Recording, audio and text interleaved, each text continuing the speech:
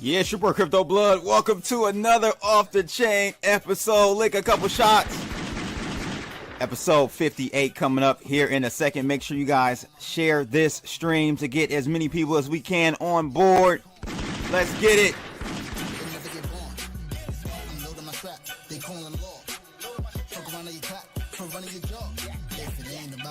Today we're going to be talking about Tesla making more money off Bitcoin than their cars. Shouldn't surprise anybody. I think most of their money has been coming from carbon credits anyhow, but yet another stream of revenue or business move that has nothing to do with the cars they sell. It's insane how valuable Tesla is. It should not be this high, but we're going to talk about that today. We also got Bitcoin. Is it suffering or will it suffer from law of large numbers? I had an epiphany last night about this. I'm going to explain why this may be the case on today's episode. Watch out for that. And also we got Schiff and Musk going at it, I believe, on Clubhouse.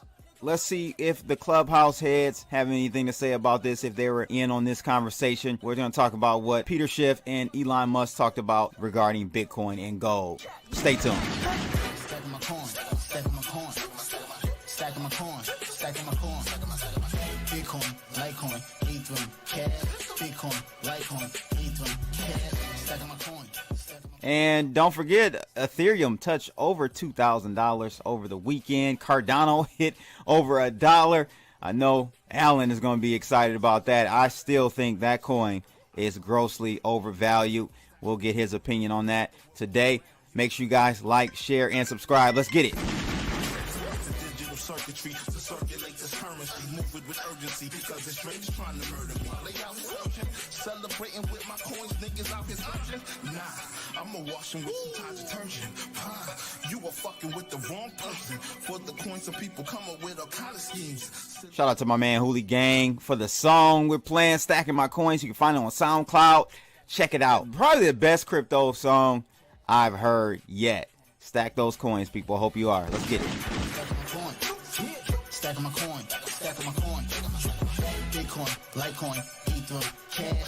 Bitcoin, Litecoin, Ethereum. Do it live! I'll write it and we'll do it live! This fucking thing sucks! We'll do it live. Okay. Yes, we are doing it live, ladies and gentlemen. Welcome to another episode. Hope everyone's doing well this evening. Let's get some of these guests in here tonight for this Off the Chain episode 58. First, I'll start with my man Trekk with 2Ks. Trekk, what's good, brother? What's going on, bro? What's going on? It's this Sunday and Sunday fun day, baby. Yeah, I'm gonna say I wasn't necessarily too happy with all of the article option traces, but okay. You know, I'm gonna still have probably a comment or two. Not as much as the price ones though. Oh, yeah. Well, I know. See, ladies and gentlemen, this guy Trekk acts like price is not important and he doesn't look at it. And, you know, that's not his focus. And he's so altruistic about Bitcoin. And not at all. It's just one of those things I choose not to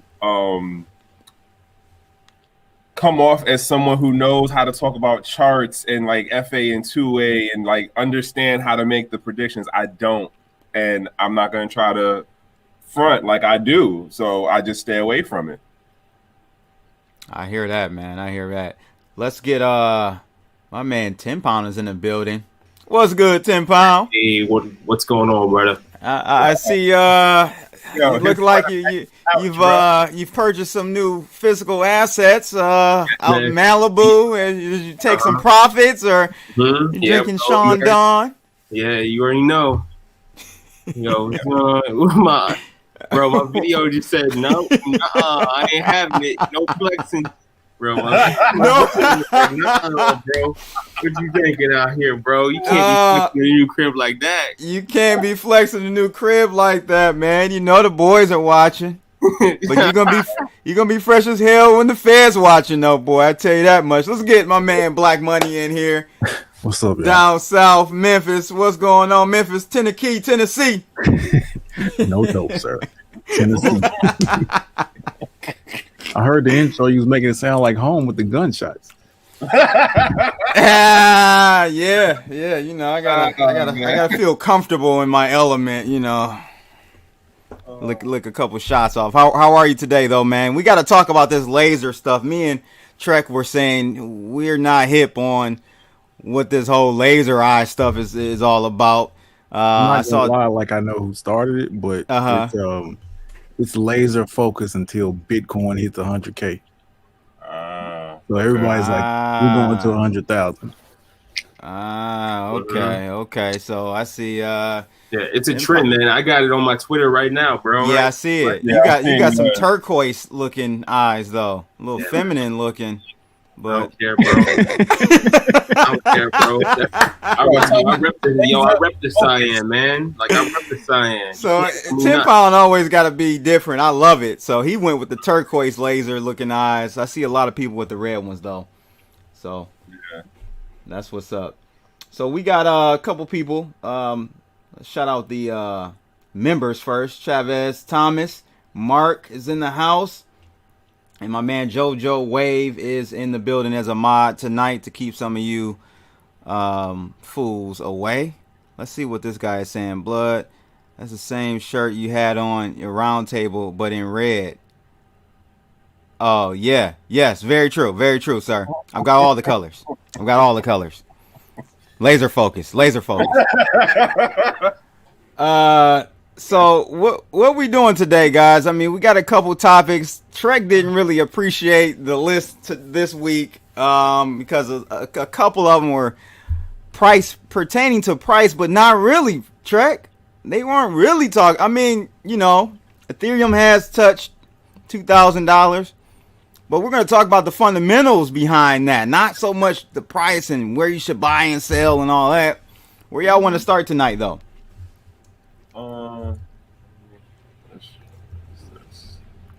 I guess we can start with so ladies and gentlemen, we have this was something that I thought about last night in regards to Bitcoin. I'm like, man, we're at 50,000, 56, 57,000 now. Law of large numbers. I mentioned it on a live stream I was on, I think on John Claude's channel.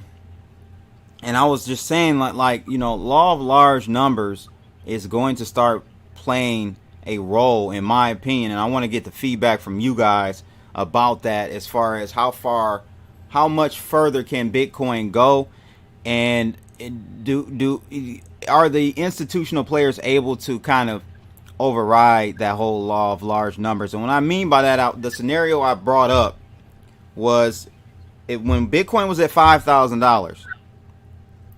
It didn't take, a lot of people had $5,000 to buy a whole Bitcoin, right? And make it double over time to 10,000. But now we're at $56,000. How many people can take, you know, Bitcoin's market cap at $1 trillion? We need another $1 trillion worth of money, of liquidity coming in to double the price to 100,000 roughly. Kind of going with the whole laser focus thing. The $1 trillion is how easy is that for you guys to see happen in the next, I don't know, 12 months or so? 12 months. You're muted, 10 pound. Let's see if I can unmute him. Yeah, I think it's possible. Yeah, I was typing it up, so my bad. I didn't want you guys to hear my keystrokes. So I think with institutional money in the space, pretty much just skydiving into it, this market. Like, bro, it's just a matter of time. I have no doubts at all. I think we're probably going to see that money just flood right in. Because if you think about it, like, this isn't even, like, on the radar. Like, bro, most people still don't really know what this space is about. And, like, with good reason. You know what I'm saying? Like, the global markets are like a 300 to like $400 trillion market. Like, we're just $1 trillion, $1.8 trillion in size right now, man. Like, it's not going to take too long. Like, I think this is a very good point that I see this gentleman put in here. Institutions need big market caps to invest. That's very true. Yeah. That is very true. I didn't think about that. I guess I was thinking of it more so from the retail perspective. Man, they're not going to. Retail ain't doing this, bro. They're not going to do it, right? Of course not. Retail is not, bro. Seriously, with Tesla coming out saying that they're buying Bitcoin, you know, putting $1.5 million in the space, Apple literally getting involved in the space. Like, bro, this rally, PayPal as well, bro. This rally is not driven by retail investors, not even in the slightest. Anyone else want to chime in? Let's get my man Rice Crypto in here. Lighten it up. Lighten the mood up a little bit. Get my white brother in here. What's going on, Rice? Unmute yourself, bro. Yeah, I realized I had myself muted. What's going on, man? Hey, man, glad you could finally make it, man. Yeah, I know you're busy. I would definitely appreciate you chiming in tonight. Thank you, man. I was trying to hurry up and get home so I could make sure I got on the stream for a little bit. I have some commitments in 45 minutes, but I want to try to make myself more available on the Sundays. I've just been working so much, man. It's just been crazy. So I'm trying to schedule it in advance now. Dude, cool, man. Cool. So what's your thoughts on law of large numbers affecting Bitcoin? Is it going to, or are the institutional players just going to gobble it up? Like my man said here, he said, you know, institutions need big market caps to invest. That's so true. What's your thoughts on that? I mean, obviously, the people with the money is going to be the easier ones to be able to play. So, I mean, the institutions have a little bit more buying power, obviously. But, I mean, obviously, I think a lot of us can agree that we have people that we probably haven't heard from in a couple of years reaching out, asking questions about crypto. So, I mean, there's obviously a lot of interest from the public retail side. Yeah.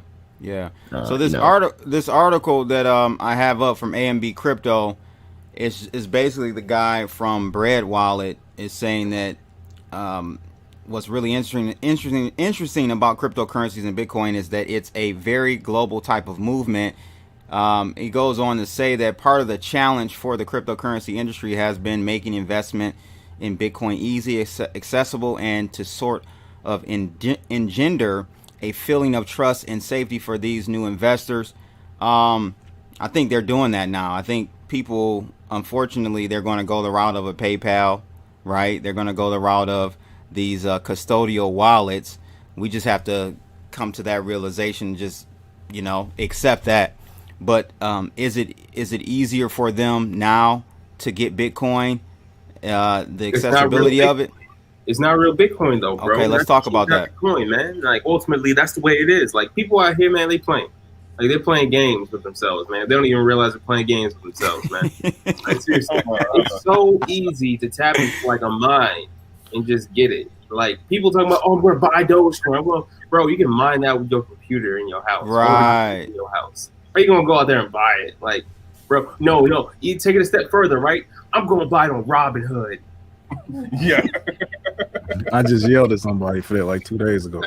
I was like, I'm gonna get some on Robinhood. I was like, man, you're not getting it. It's not yours. It's theirs. You're getting the IOU, as Blood says. Well, this is our chance to educate people, man. 10-pound nice sweater. I'm digging the sweater. Matching his couch. Thanks, bro. You like his Charles? You like his? Yeah, right. It's like I don't know. I'm getting a Mr. Rogers vibe, and I'm digging it. So just had a compliment. I'm the black Mr. Rogers out here, dog. I mean, so we got these on ramps. I mean, we have the Cash App on ramps. We have the PayPal on ramps. We have all these different on ramps where it's really you're not really owning the said cryptocurrency. Same thing with Coinbase.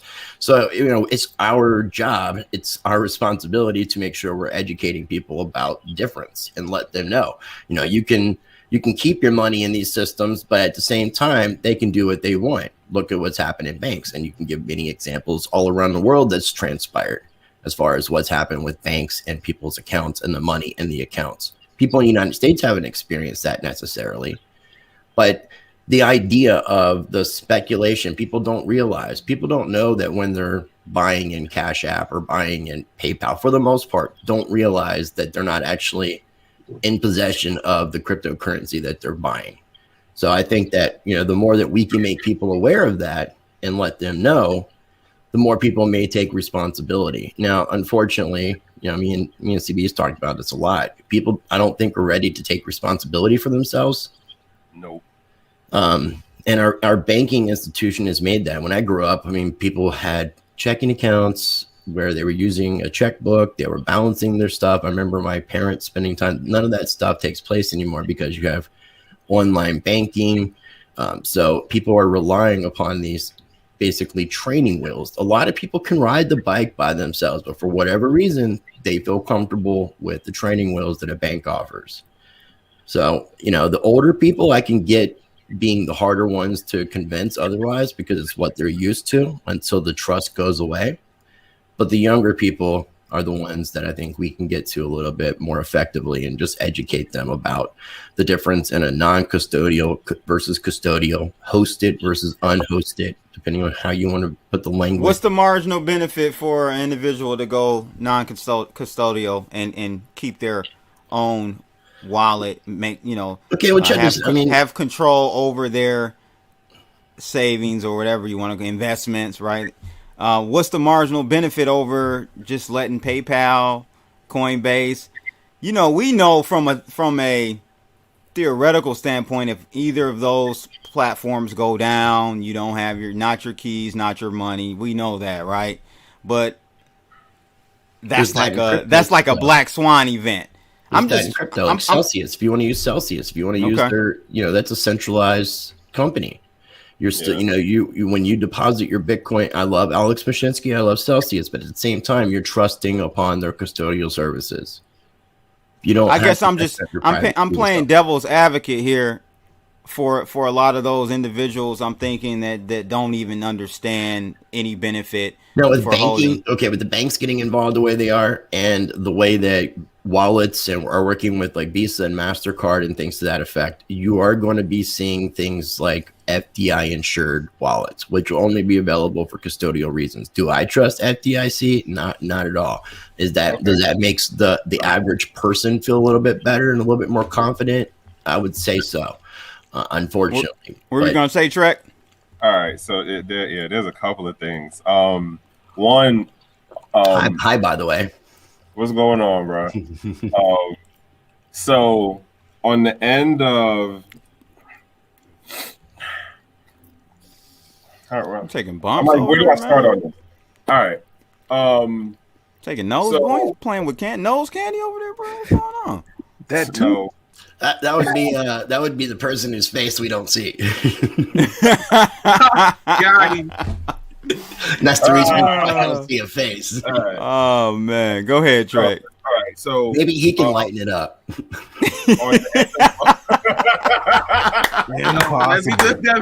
don't have to be the only snowflake here. Oh my god. Yo. All right. Well, y'all let Trekk with 2Ks get his 2Ks out. I'm gonna make the point. So one is the thing of large numbers. Like when you first said it, I was like, wait, what is he talking about? But then when you explain it, I'm like, oh, okay, I've heard that. I forgot what room I was in on Clubhouse, and somebody was talking about how with the institutional players coming in now and them doing the buy-ins the way that they're doing it, it would at a certain point, price out the quote retail level person. But one of the things that gets me for how this public narrative part of it is being pushed now, as far as what we see in articles and how we hear about it in news and blah, blah, blah. Like when we hear, Tesla and what's his face, is you hear whole numbers. It's all about large numbers. We're forgetting about the sats, right? Like we're not forgetting in regards to the newer people didn't remember. It's the conversation is being told to you in whole large numbers. You're talking about using a method of, well, if it's a house and the house can only be sold or bought in whole large numbers, what does this mean to someone who can't afford whole large numbers? Most people cannot afford a whole Bitcoin. So what do we say? Oh, well, you can buy it in increments. And going into the part of like, well, what are the easier on-ramps right now when we talk about custodial stuff? I think that right now, Cash App has put themselves in the best position, especially because of who they're connecting their brand to. But there are other things that are playing out on Cash App that show that they're just working the same way as traditional financial institutions, i.e. banks. When people talk about, oh, well, you know, I'm not wronging you in what you just said, Rice. Like, I definitely do agree. There will be a point where you're going to start hearing about some wallet that has FDIC backing on it. Yeah. But what most people don't get is it only takes one bank in the system to wipe out the whole budget for the FDIC. So if Wells Fargo went under, if Bank of America by itself went under, forget every other bank that's in whatever jurisdiction you're in. And so, but you know they'll just print money though. But at the same time, we get the bank thing. I think we're going to see a collapse of the banks, and we've seen that kind of foretold with the Banking for All Act and the fact that everybody's going to get a Federal Reserve account. So I think it's already being set up with everything that's going on. Right. You see with the stock market. Technology is eliminating the need for banks as well. Right. You don't need to go and with COVID, most bank branches are limited or closed. So electronic banking has become a thing. So but can we take back to what Trekk was talking about? How these media firms are talking about it like it's a non-fungible token. Like, oh yeah, you can buy one whole Bitcoin for this amount. But we won't tell you about sats, the denomination of sats, or what an MBIT is.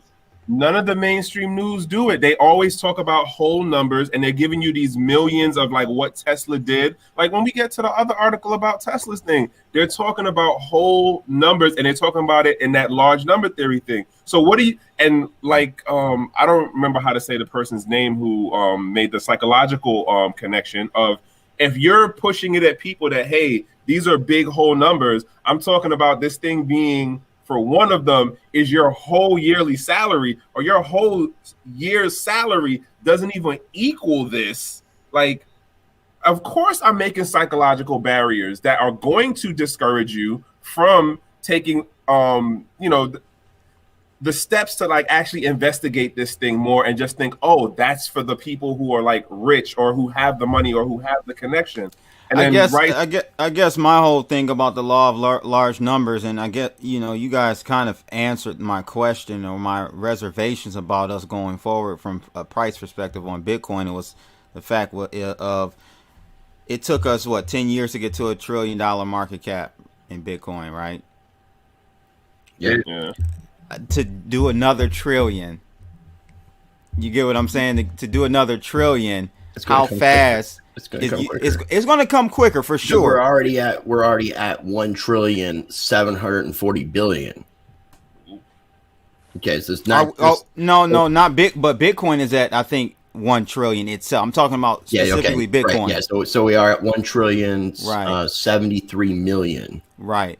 So how much effort is it going to take, guys, for us to go from 1 trillion in Bitcoin's market cap to 2 trillion in Bitcoin's market cap, which will give you that laser focused $100,000 mark? It'll be this year, thanks to the Fed and all the money printing. That's all. I'll say. All the money printing and the Federal Reserve, it's coming. They're promoting Bitcoin. They're doing the exact opposite of what Bitcoin was designed for. 10 pounds. Sorry about interrupting on you, Rice. I'm gonna put it in perspective. We don't have we on this show. You can interrupt. Right. We're not on JC's show, right? I actually cared about what he had to say, so like I kind of missed what he said because my mouth was running. But it's all good. So hear me out. All it takes is about like every single family office or institutional firm or corporate establishment to allocate 2% of their, treasury or balance sheet into the Bitcoin network for us to see, like, a $5 trillion market cap. Yeah. And I think that's coming sooner than we expect. Okay, now Miami, if more cities do what Miami's talking about doing right now, and then you have the institutional FOMO because of the dollar and what companies like Tesla and MicroStrategy have done to hedge against inflation, I think the combination and shout out to it's the mayor of Miami. He's trying to pay employees in Bitcoin. Yes. Somebody just donated 1,000 Bitcoin, maybe more, from someone from Dubai. And it's all going to go into development of Miami. So Miami is going to be crypto central 100%, unless anybody else steps up in the meantime. And then as an example, if other cities start doing something slightly similar, and then the combination of the institutions and then also the retail stuff, because like we mentioned before, what happened on Christmas and the holidays, that was retail driven. It was not institutions. The markets were closed. Black Money, your thoughts on how easy or hard will it be to take in another $1 trillion to get us to that 100K? I think it will be pretty easy if we think about the retail apps like Robinhood and Coinbase, Cash App. They've already popularized fractionalizing stocks to the youth. So most people will go and invest. They'll say, I bought Apple. I bought $10 worth of Apple.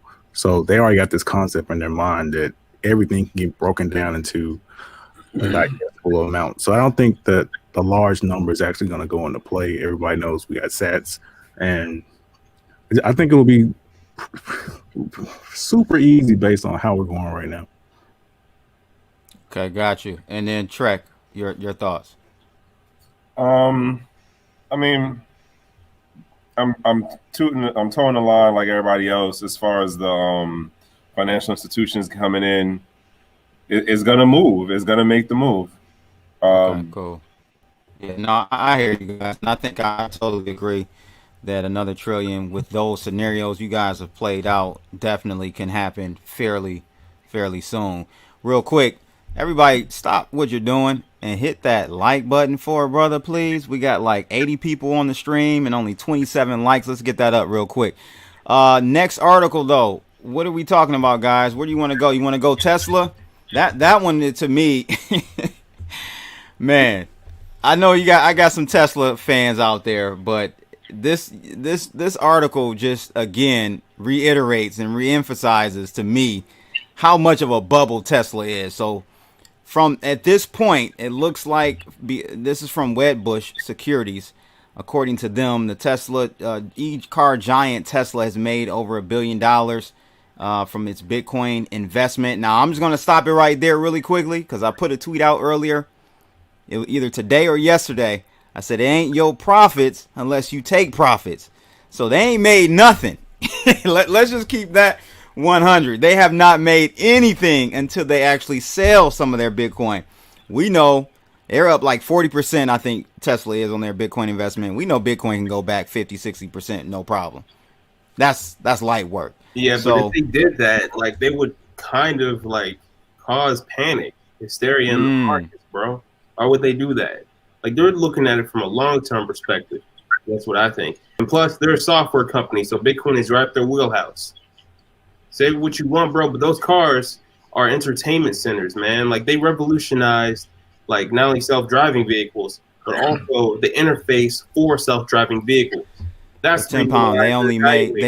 They only made 500,000 cars last year. Yeah, I'm hip. Man, quality over quantity. You know how it is. Quality over quantity. Yeah, fam. All right. Rice, what's your thoughts on this Tesla, quote unquote, making more in Bitcoin investment than they did last year in profits for their vehicles? I mean, for one, that it's insane. I would encourage people to go check out the George Gammon video that he did talking about Bitcoin going to 1 million or zero. It's a really good explanation about companies doing what Tesla did and how it could result. So I would definitely encourage people to do that.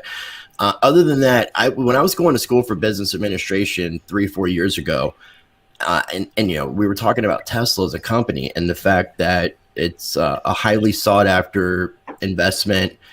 People look at Elon as being a genius, but the company has not been profitable pretty much ever. I think they might have had some last year. Last year was the first one. Very, very minimal, but compared to the loss that they didn't have or they had prior to. Now, I think that they're banking on a lot more. You got to look at the move to Texas, the Texas mining facility, the whole idea of the Tesla energy, I think, is going to be a big player. We're, with what they're doing in Australia and in the UK with distributed energy, and then storage of energy, the solar panels, everything that they're doing, I think, is going to catch up for them. And then, you got the speculation that, it's not really too far off that Elon Musk could have been possibly one of the people involved in the Satoshi Nakamoto group. I mean, potentially. Nah, I don't. He's a coder. You're the second person I heard say that. I don't think believe so. that one right there. I don't believe that one. I'm not saying it's a fact. I'm not saying 100%, but there could be something more to that. But I think this is a smarter move when it comes to what they're doing to hedge against the US dollar. But the other thing that people are not highlighting and mentioning when they're talking about this is when they made the acquirement of 1.5 billion in Bitcoin, they were also talking about doing like trading gold and silver ETFs and things like that. So they weren't limiting what they were doing with their profits or their assets to just Bitcoin. They're thinking about multiple ways that they can hedge against the US dollar. It's just my whole thing about Tesla is, if you look at what they made last year, they netted, I think, like 700 million and some change. Their revenue was like 31 billion, but they came home with like 730 something million dollars. What about the billion? They came home with 721 million dollars from their sales. Okay, you take a look at Toyota. They did, I think, $8 billion in just Q3 of last year. So the I don't know, the discount, maybe it is this AI stuff. Maybe it is, the energy part of it and whatnot that's getting Tesla this premium value. But I ain't with it, man. I can't touch Tesla, man. It's just too Seriously? high. No, man. I get what you're saying, dude. It's not one company. So most of the time when people look at Tesla, they're looking at investing in Elon Musk and his boring company, Neuralink, Tesla. To think about, he helped create PayPal, SpaceX, Starlink. But you can't. When you're talking about a stock, bro, you can't add SpaceX in there. It has its own balance sheet. It has its own, earnings per share. You can't add in, and that's what I think is happening. Yeah, I'm not saying you can't, but emotionally, they're doing that. People not to say, okay, that's the same person. Yeah, it's you don't like think your it helps. favorite artist coming out with a new CD. Like, okay, that guy has another. He got another drop. Or even if he puts out an alternate ego project, he can. It's still kind of already setting up for that promotion because of who is involved. I mean, Elon Musk has set himself up to anything that he involves himself in is going to get attention because of what he's accomplished. Yeah, it's his brand, authority. Like, he is a figurehead across sectors, multiple sectors. So most people are simple enough to just associate them all together. SpaceX, Tesla, Tesla Energy, and just combine it all in one because it's all under Elon Musk. But they're not separating them. But I get why people do that. It is kind of how we're conditioned to be. Yeah, so this asset management group, ARK Invest, said that Tesla could hit $22,000 per share by 2024. What's your thoughts on that, fellas? I mean, okay, so Buy Bitcoin. Buy Bitcoin. that too. But that came out of, or at least it's saying it came from Kathy Wood, which if you haven't been paying attention to ARK, and I only started paying attention to her and the reports, or at least their YouTube side stuff, they're real in depth, heavy research. Like, they crunch numbers.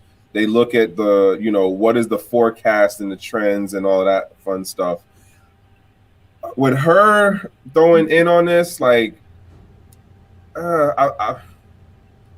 not saying no, it's not possible. He's stuck.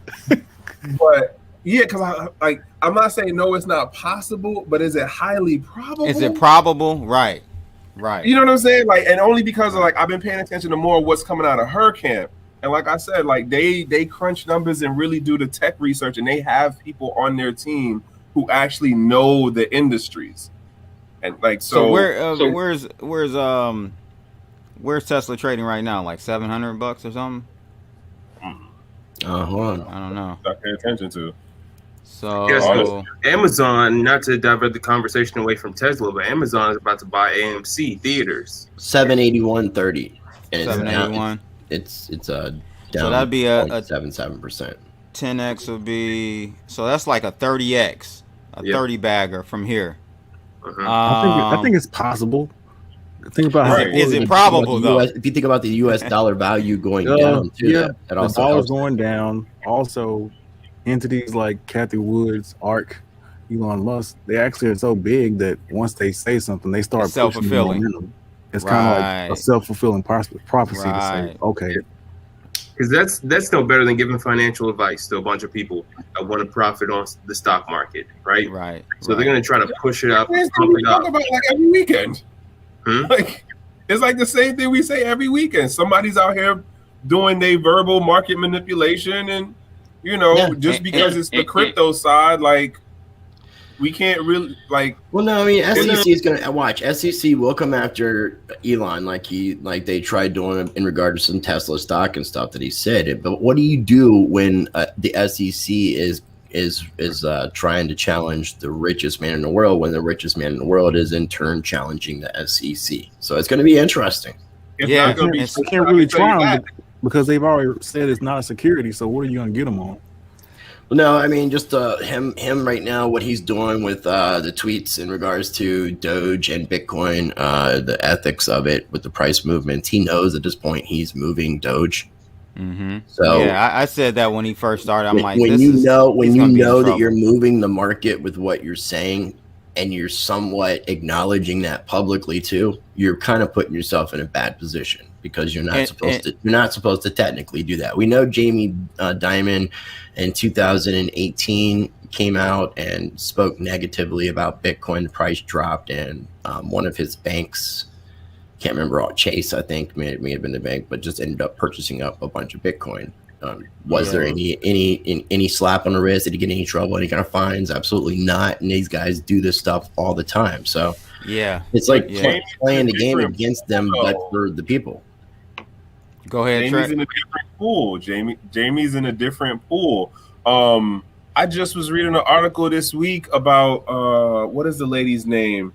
She was on the financial committee, and apparently they shifted the numbers, and she got dropped. And some of the connection, or like some of the backroom speakers, like, oh, did she get dropped from the new, the new group because of how she questioned Jamie Dimon publicly in Congress, and she made him look kind of stupid, like he was really, doing his shystiness. But and speaking of shillers, celebrities, Gene Simmons, we'll talk about this. Yeah, I got he was out there talking about Cardano. I was hoping that our Cardano ambassador would be here to talk about that, but this nigga's MIA right now. I don't know where he is. Probably hanging out with some Kiss, man. Rock and roll all night and party. I'm sure Alan is. Party all night.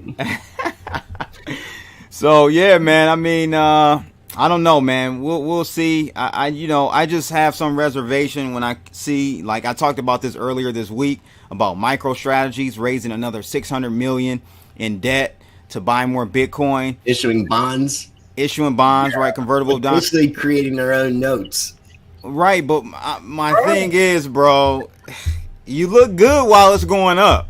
Oh, I know. And we all been in crypto long enough to know it may go up a lot real fast in a very short period, but it's going to come down as well. Yeah. So it's just like, these companies, man, I don't know. More so MicroStrategies. Like, I don't have a problem how Tesla did it. It's, but I'm seeing MicroStrategies just up in the ante every couple months, right, Rice? What they're doing is it's smart, but it's stupid. Because I don't think they're going in with the right intentions, but the idea of selling these paper contracts so that they can get more Bitcoin is pretty smart. but we know that the way you're doing it is going to ultimately result in being stupid. Trekk, what are your thoughts? I think that like Rice said, like, it's smart, and honestly, like, yeah, we can definitely judge intention, but if they exit scanned and pretend like they got killed and stuff and just went like MIA. I don't think they're gonna do that. I don't think they're gonna. But you know what? I didn't know. Check this out, Rice. Did you know that your man's from MicroStrategy, Michael Saylor, lost like 200 million in his previous company back in like 2000? Well, that's the thing too. Like George Gammon explains about MicroStrategy from a technical perspective, and I'm not a tech person, so you would get more out of the video than I would as far as that's concerned. But talks about MicroStrategy being on a downtrend for several years. It was the Bitcoin move that brought them up, and it's just and you really can't attach that to just the price of just Bitcoin for your company. That's why I'm encouraging people to check that video out, because it's about a 45, 50-minute long video. And it's one of the whiteboard videos when George Gammon, Rebel Capital. Rebel Capital. His whiteboard videos are really good. And I said it from the get-go. Like, when I first seen him pop up, and then it was like the Who's channel and podcast he was popping up on. And then all of a sudden, it was like week for week, he was just on a tear, going on everybody's thing to push his narrative about the whole melting ice cube and the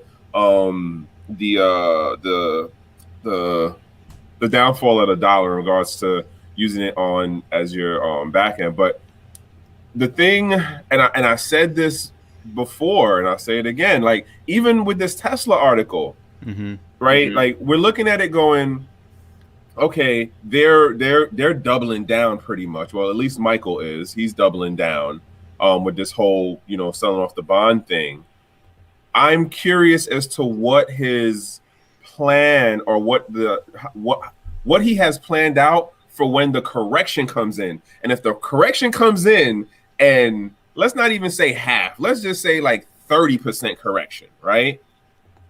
What is the plan on how you're going to deal with this publicly? How are you going to deal with the public face of this? Because now everyone's going to come at you and be like, oh, look, because you don't know when it's actually going to stop, right? You just know, like, all right, that correction went on 1 hour, 2 hour, oh, it's a day, oh, it's a week, oh, it's a month.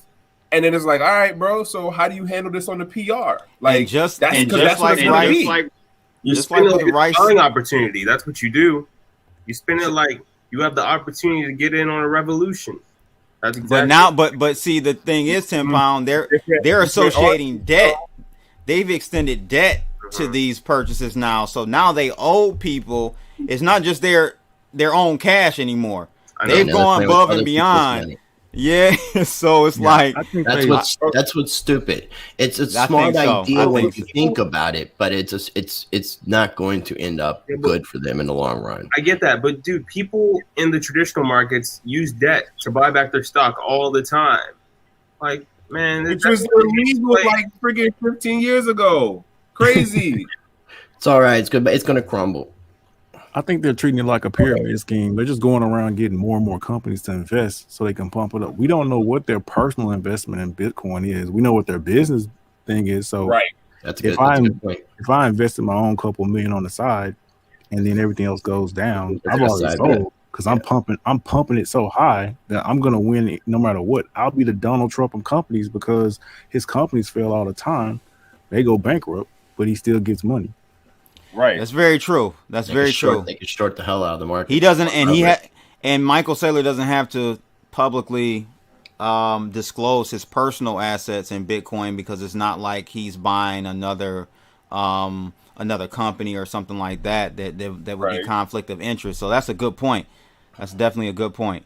So I guess, Tim Paul, I still want to ask you, like, do you think this MicroStrategy situation is a smart move or not? What's your take on that? I didn't really get. Bro, ultimately, I think what he's doing is he's giving businesses a blueprint, right, to get into the space.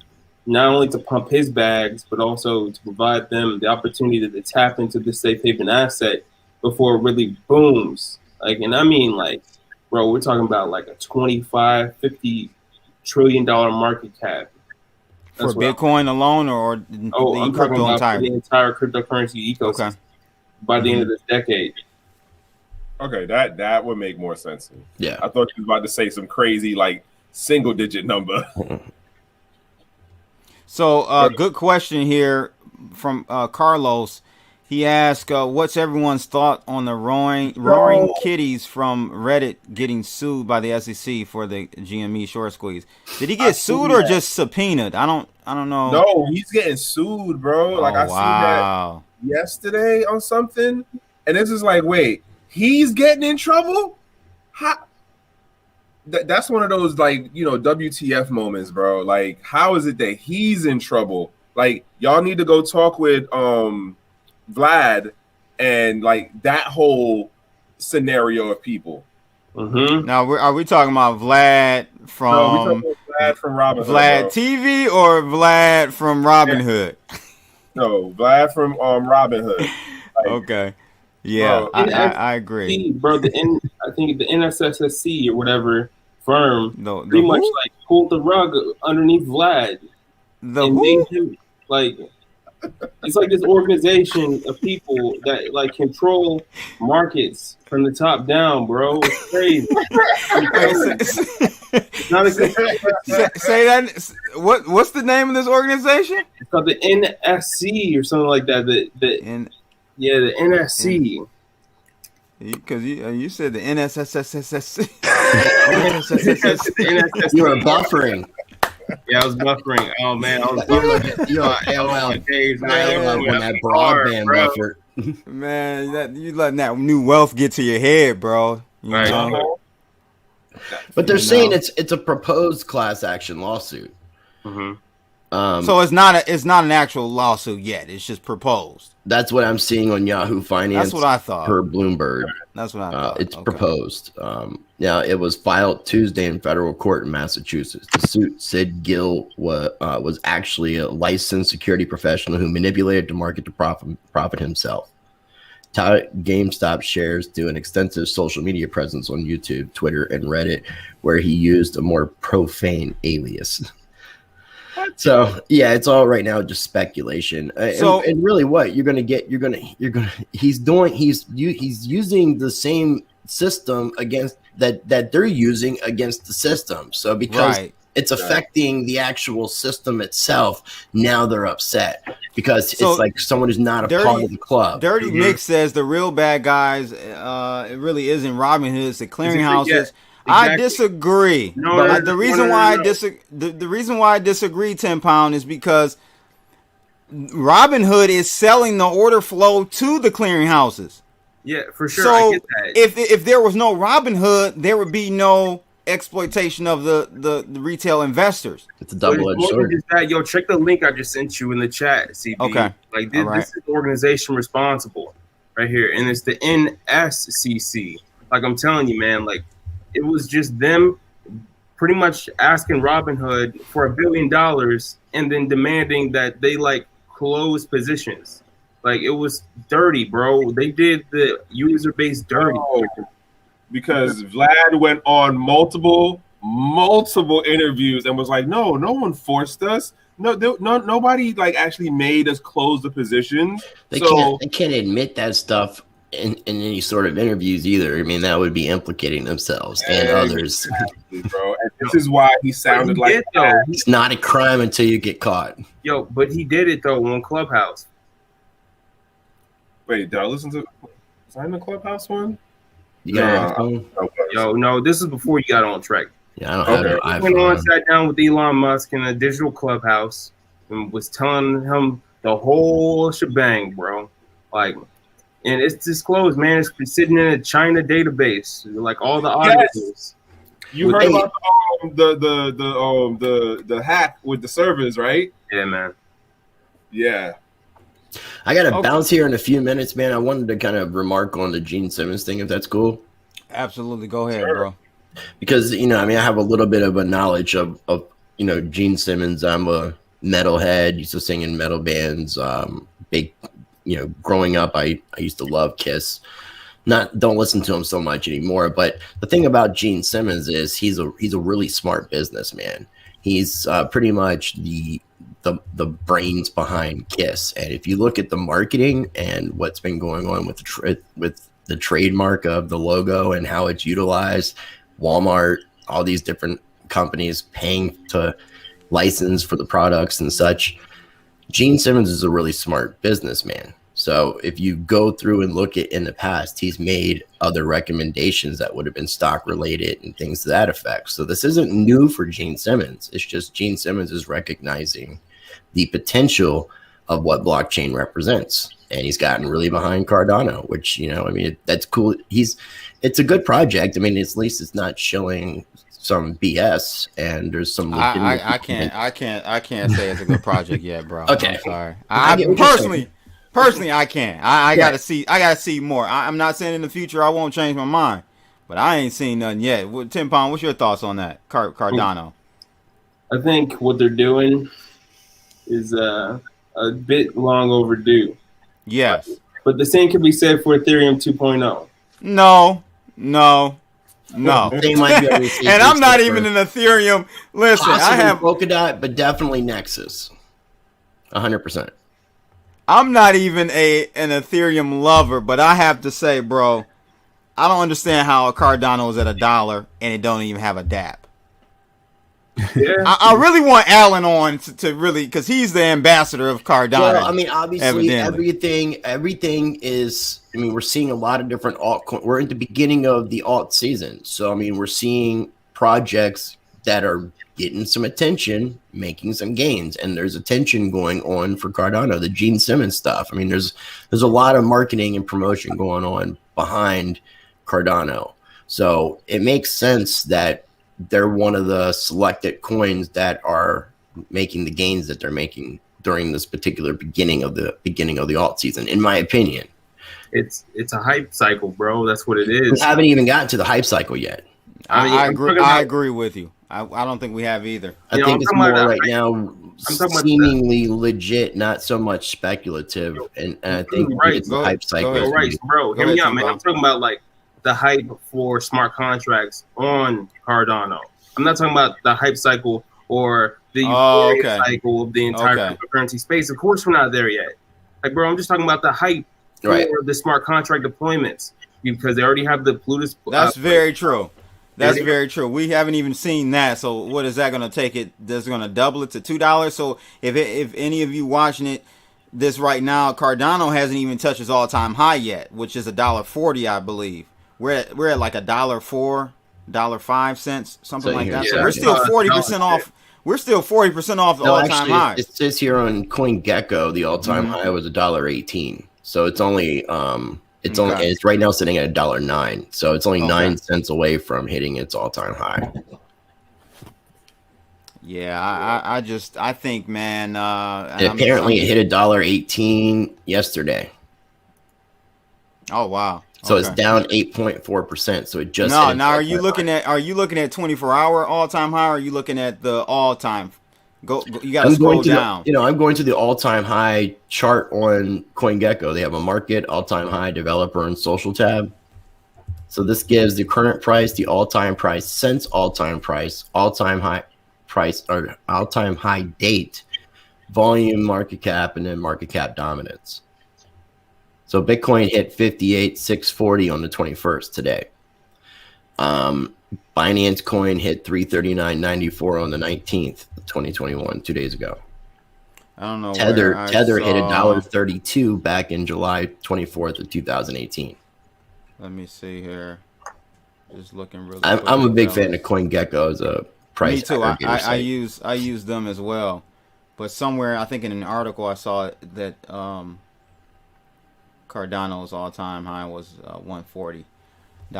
But at any rate, it could be an exchange that maybe one exchange possibly hit that price. Yeah, it could be. So, Rice, man, appreciate you coming on. Where can people find you? Let them know. Yeah, Rice TVX, dude, appreciate you again inviting. Sorry I couldn't stay on as long as I wanted to. But you can find me My YouTube channel is at Rice TVX. You can find me on Twitter as you see Rice TVX. And I got my website, ricetvx.com up, but the website is not developed yet. It's just got my mailing list and a coming soon. So I encourage people to sign up on my mailing list, especially with all the censorship we're dealing with and the people I'm interviewing. I never know when YouTube will finally delete my YouTube channel. So I just want to let people know where I'll be at. So make sure you check out ricetvx.com and I'll have the site developed and there'll be a lot more information coming soon. All right, bro. Thanks a lot for joining. Yeah, 10 pound Trekk. It was good seeing you guys. Mm-hmm. Blackmoney.com. We definitely got to link up and talk some more in the future. And CB, much love.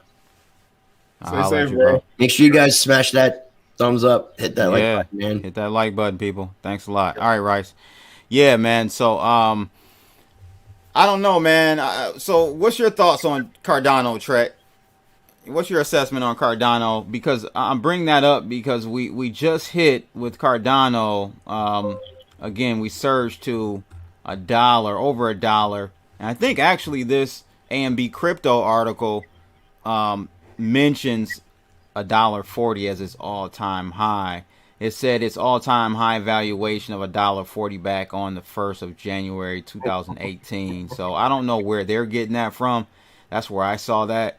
But what's your thoughts on this pump by Cardano and them not having, they did a Mary fork or whatever, but what's your thoughts overall? Oh, see, there we go. We finally got the Cardano. I was watching his messages pop up on my phone just now. I want to wait till he makes his official grand opinion. No, man, skip Allen, man. Go ahead and speak your mind, bro. Speak your mind. Tell him why you mad. I don't got enough.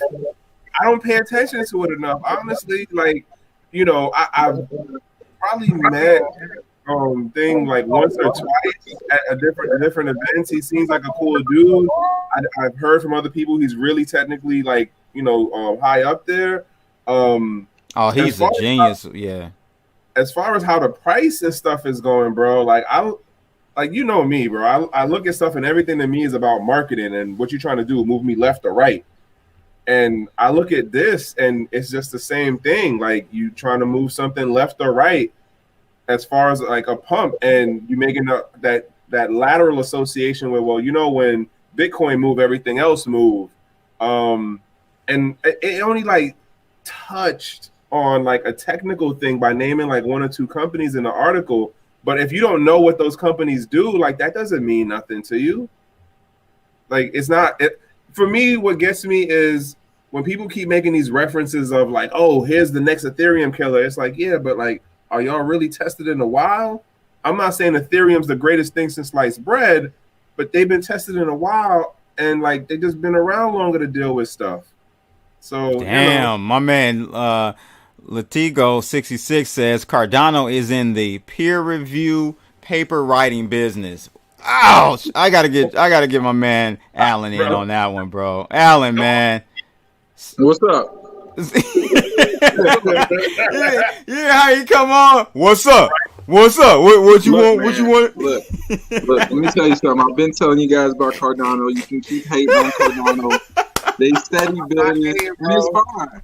All you guys keep coping. You're gonna be coping, okay? Oh my God! And you gotta stop talking about ETH killers. The only people talking about ETH killers are the stupidest people in the room. Okay, there's not going to be an ETH killer when this market is about the 100x. End of story. You gotta stop. Like anyone who says that, just stop listening to them. Okay, everybody's about to eat. So Cardano's going to do his thing. Ethereum's going to do his thing. Polkadot's going to do his thing. Cosmo's going to do his thing. These networks that you can build on are going to do his thing.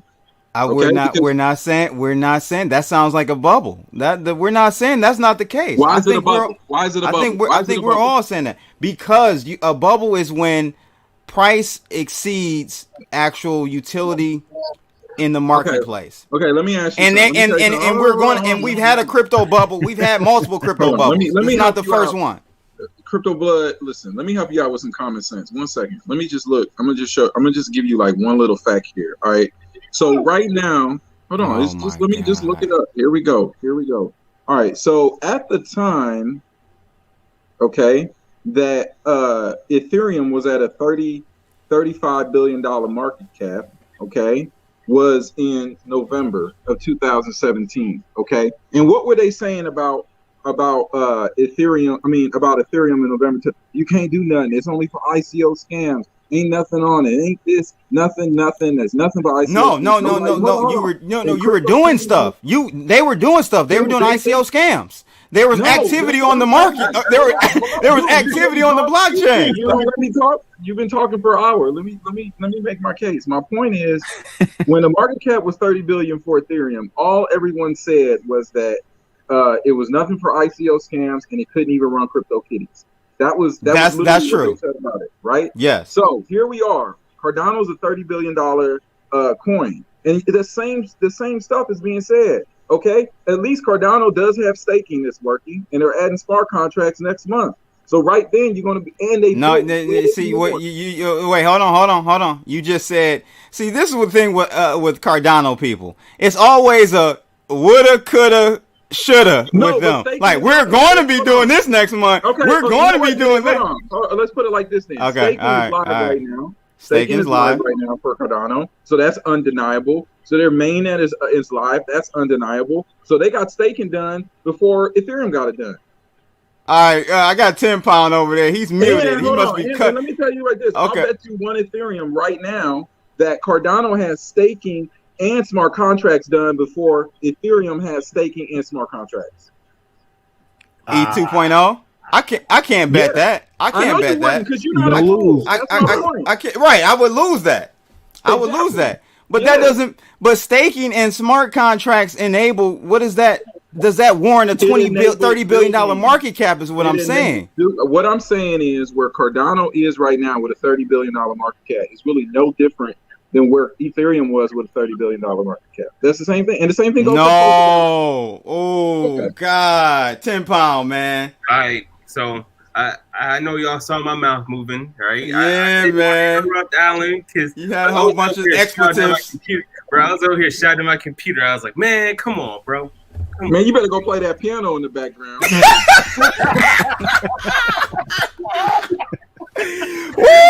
Alan, bro, come on, dog. That's dirty, bro. You need to chill out, fam. Okay, hear me out, right? Bro.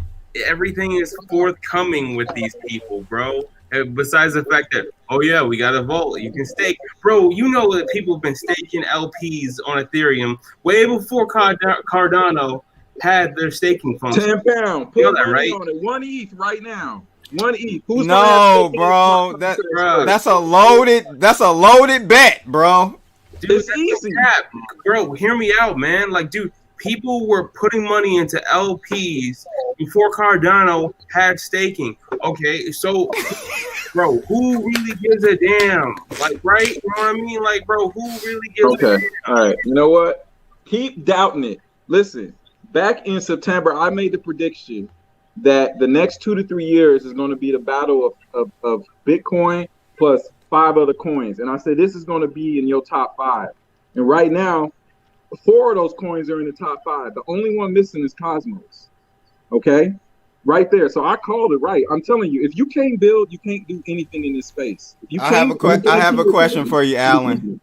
Does Cardano today, not tomorrow, does Cardano today have a DApp deployed on their network? One DApp. It's a yes or no question. It's a yes or no question. I said no. Okay. I'll rest my case. $30 billion market cap and don't even got a goddamn DApp on there. What DApps did Ethereum really have, except for a bunch of ICOs? Bruh, come on. No, they had a lot. Come on, Alan. No, Alan. In 2017, go find them. Delta, bro. They had Ether Delta. All right, that was huge. I was a user. I was an early adopter. They had Tornado.cash, bro. They had a mixer. Right? Was Tornado.cash up in November 2017? Yes. You want me to go fact check that? Wait, what?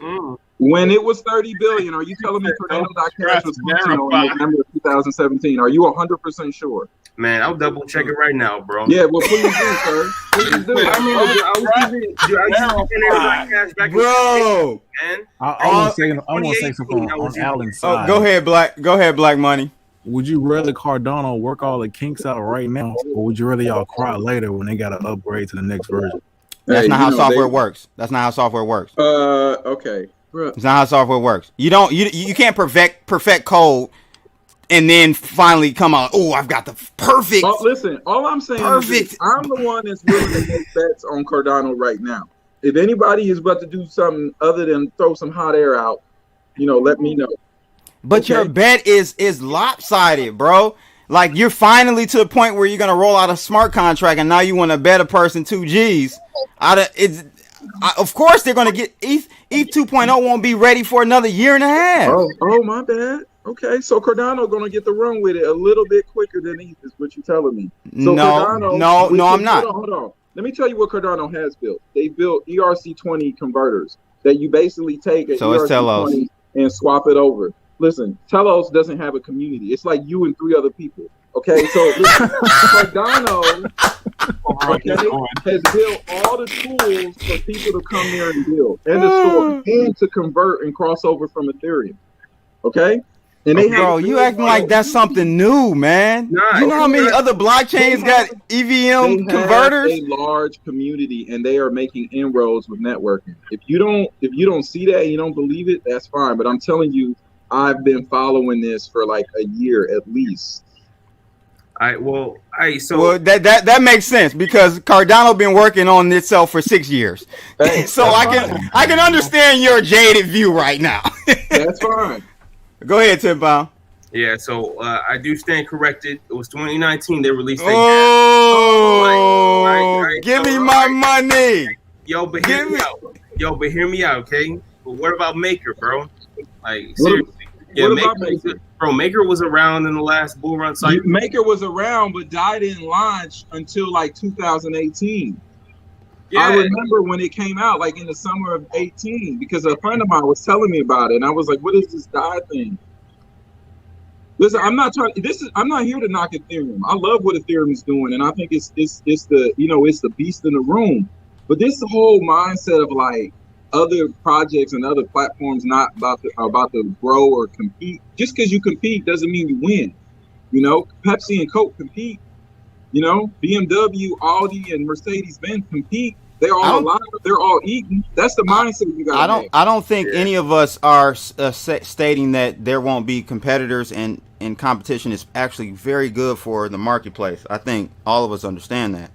We're just stating that the valuation of 30 billion today is highly overvalued. It's grossly overvalued. That's all I'm saying. I'm not saying Cardano, Charles Hoskinson's isn't a genius. He won't do this in the future. Not saying all that. I'm just saying today, Sunday, the day that God rested, Cardano's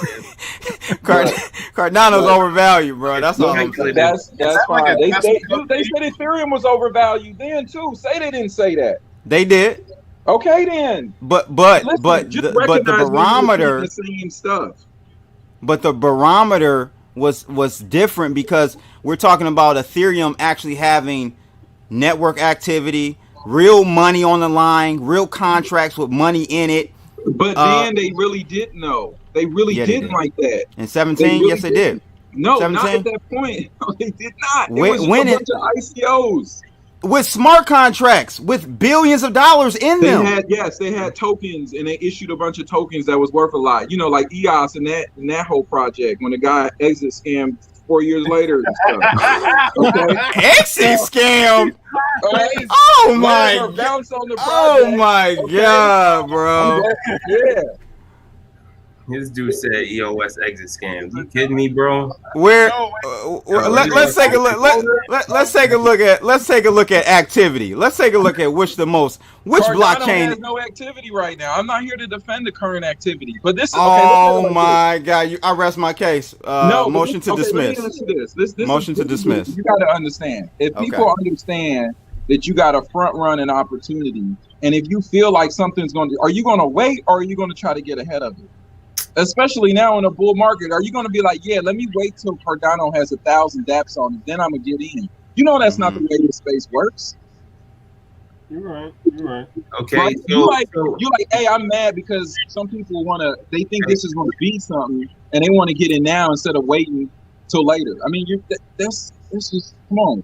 People can't learn lessons. well, Alan, bro, are you trying to like defend irrational speculation? No, Yeah, I'm not. yes, And yes, he is. also, what I am also going to tell you is that Cardano makes it super easy to stake. So there's already. Hold on a second. I'm just saying there's an economic incentive for a coin that's in the top 8 that has a lot of volume, so that if you're getting, like, I don't know what the percentage is, but I think it's around 15 to 16% return on in ADA. That's enough incentive for a lot of people to just buy the coins and continue to stake and not sell them. That's financial economic incentive. Yeah. So staking is currently Ethereum is not offering. So staking currently is about 27%, right, per annum. I don't know what it is. Yeah, I think on ADA. Yeah. I think Okay. it's like 27%. Right. Yeah. But I'm just staking. That's a today incentive. The more people stake, that percentage comes down. So you can't even rely on that. Okay, that's fine. But I've been staking for about 4 months on there. I'm good. You good? Oh, I'm good. Okay, I'm hella good. So listen, my whole point is that there is economic incentive to hold Cardano. It has a lot of liquidity if you're staking. It does. If you want to sell off your rewards, right? But listen, you can't do that with Ethereum. If you stake with Ethereum, you locked up for 2 years. Yeah, probably longer. That's my point. So it's not like dilute ourselves and act like there's no economic incentive with Cardano. Same thing with Polkadot. Polkadot got the same financial incentive.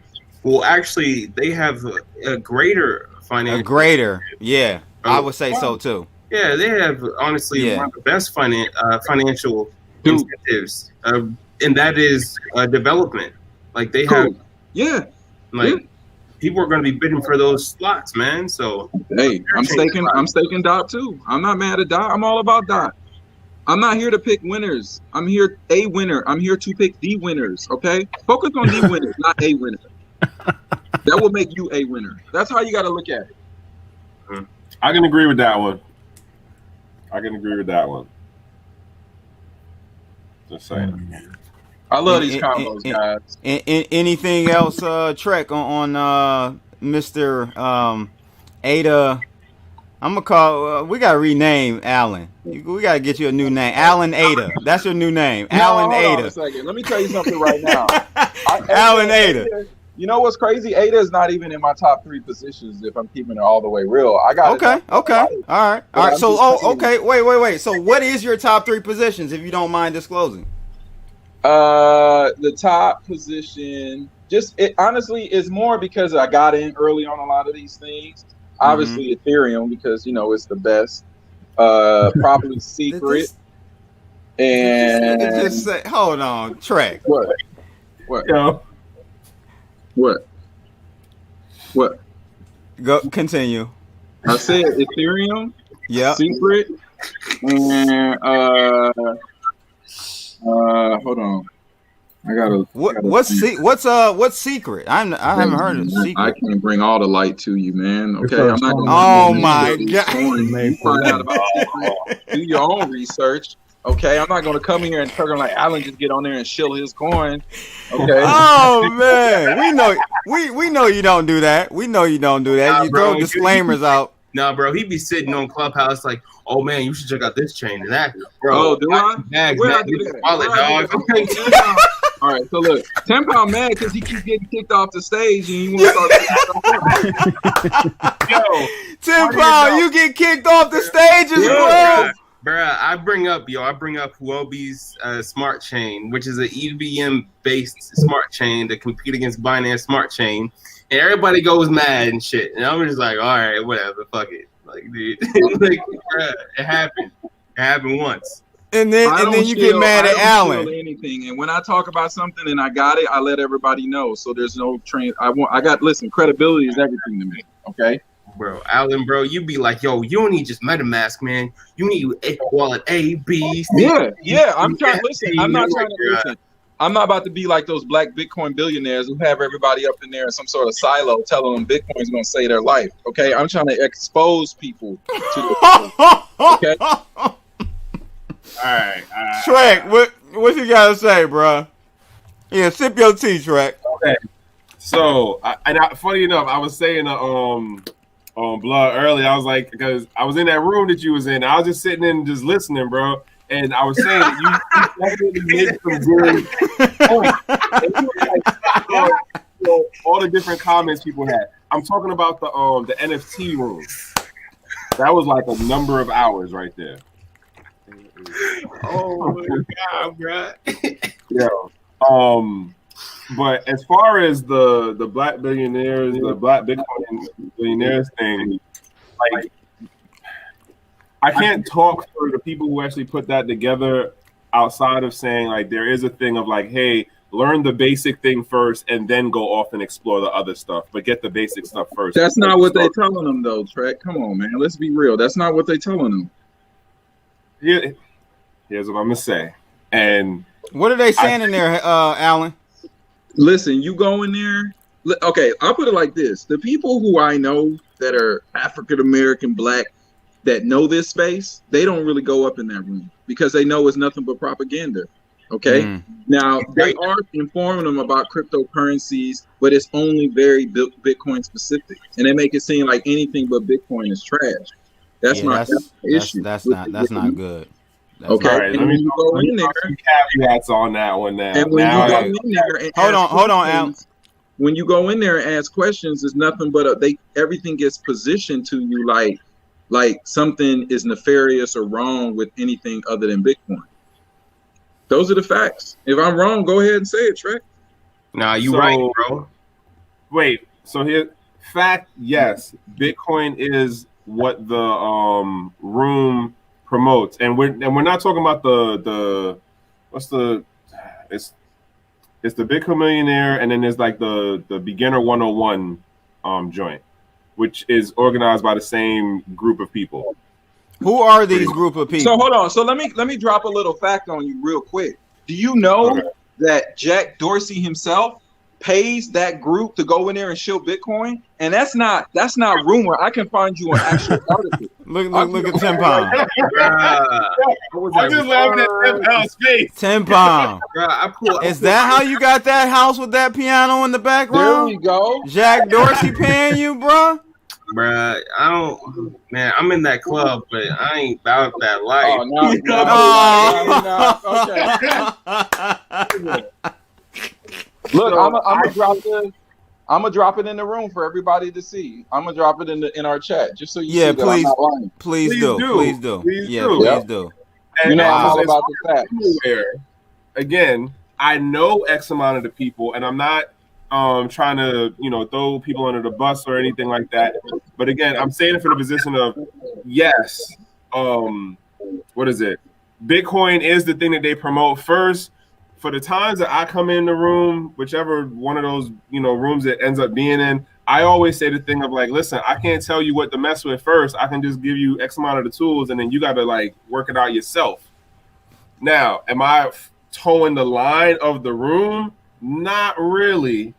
Just because of that, but I do understand the point of how, at least for the times I've been in the room, where it is, yes, start with Bitcoin and then figure out the other stuff, but after you get the basics. I don't always sit in the millionaire room. So who's in this Bitcoin millionaire room? Who are these people? Black Bitcoin millionaire, whatever. There's some guy named Lamar. I know Lamar. I know Lamar.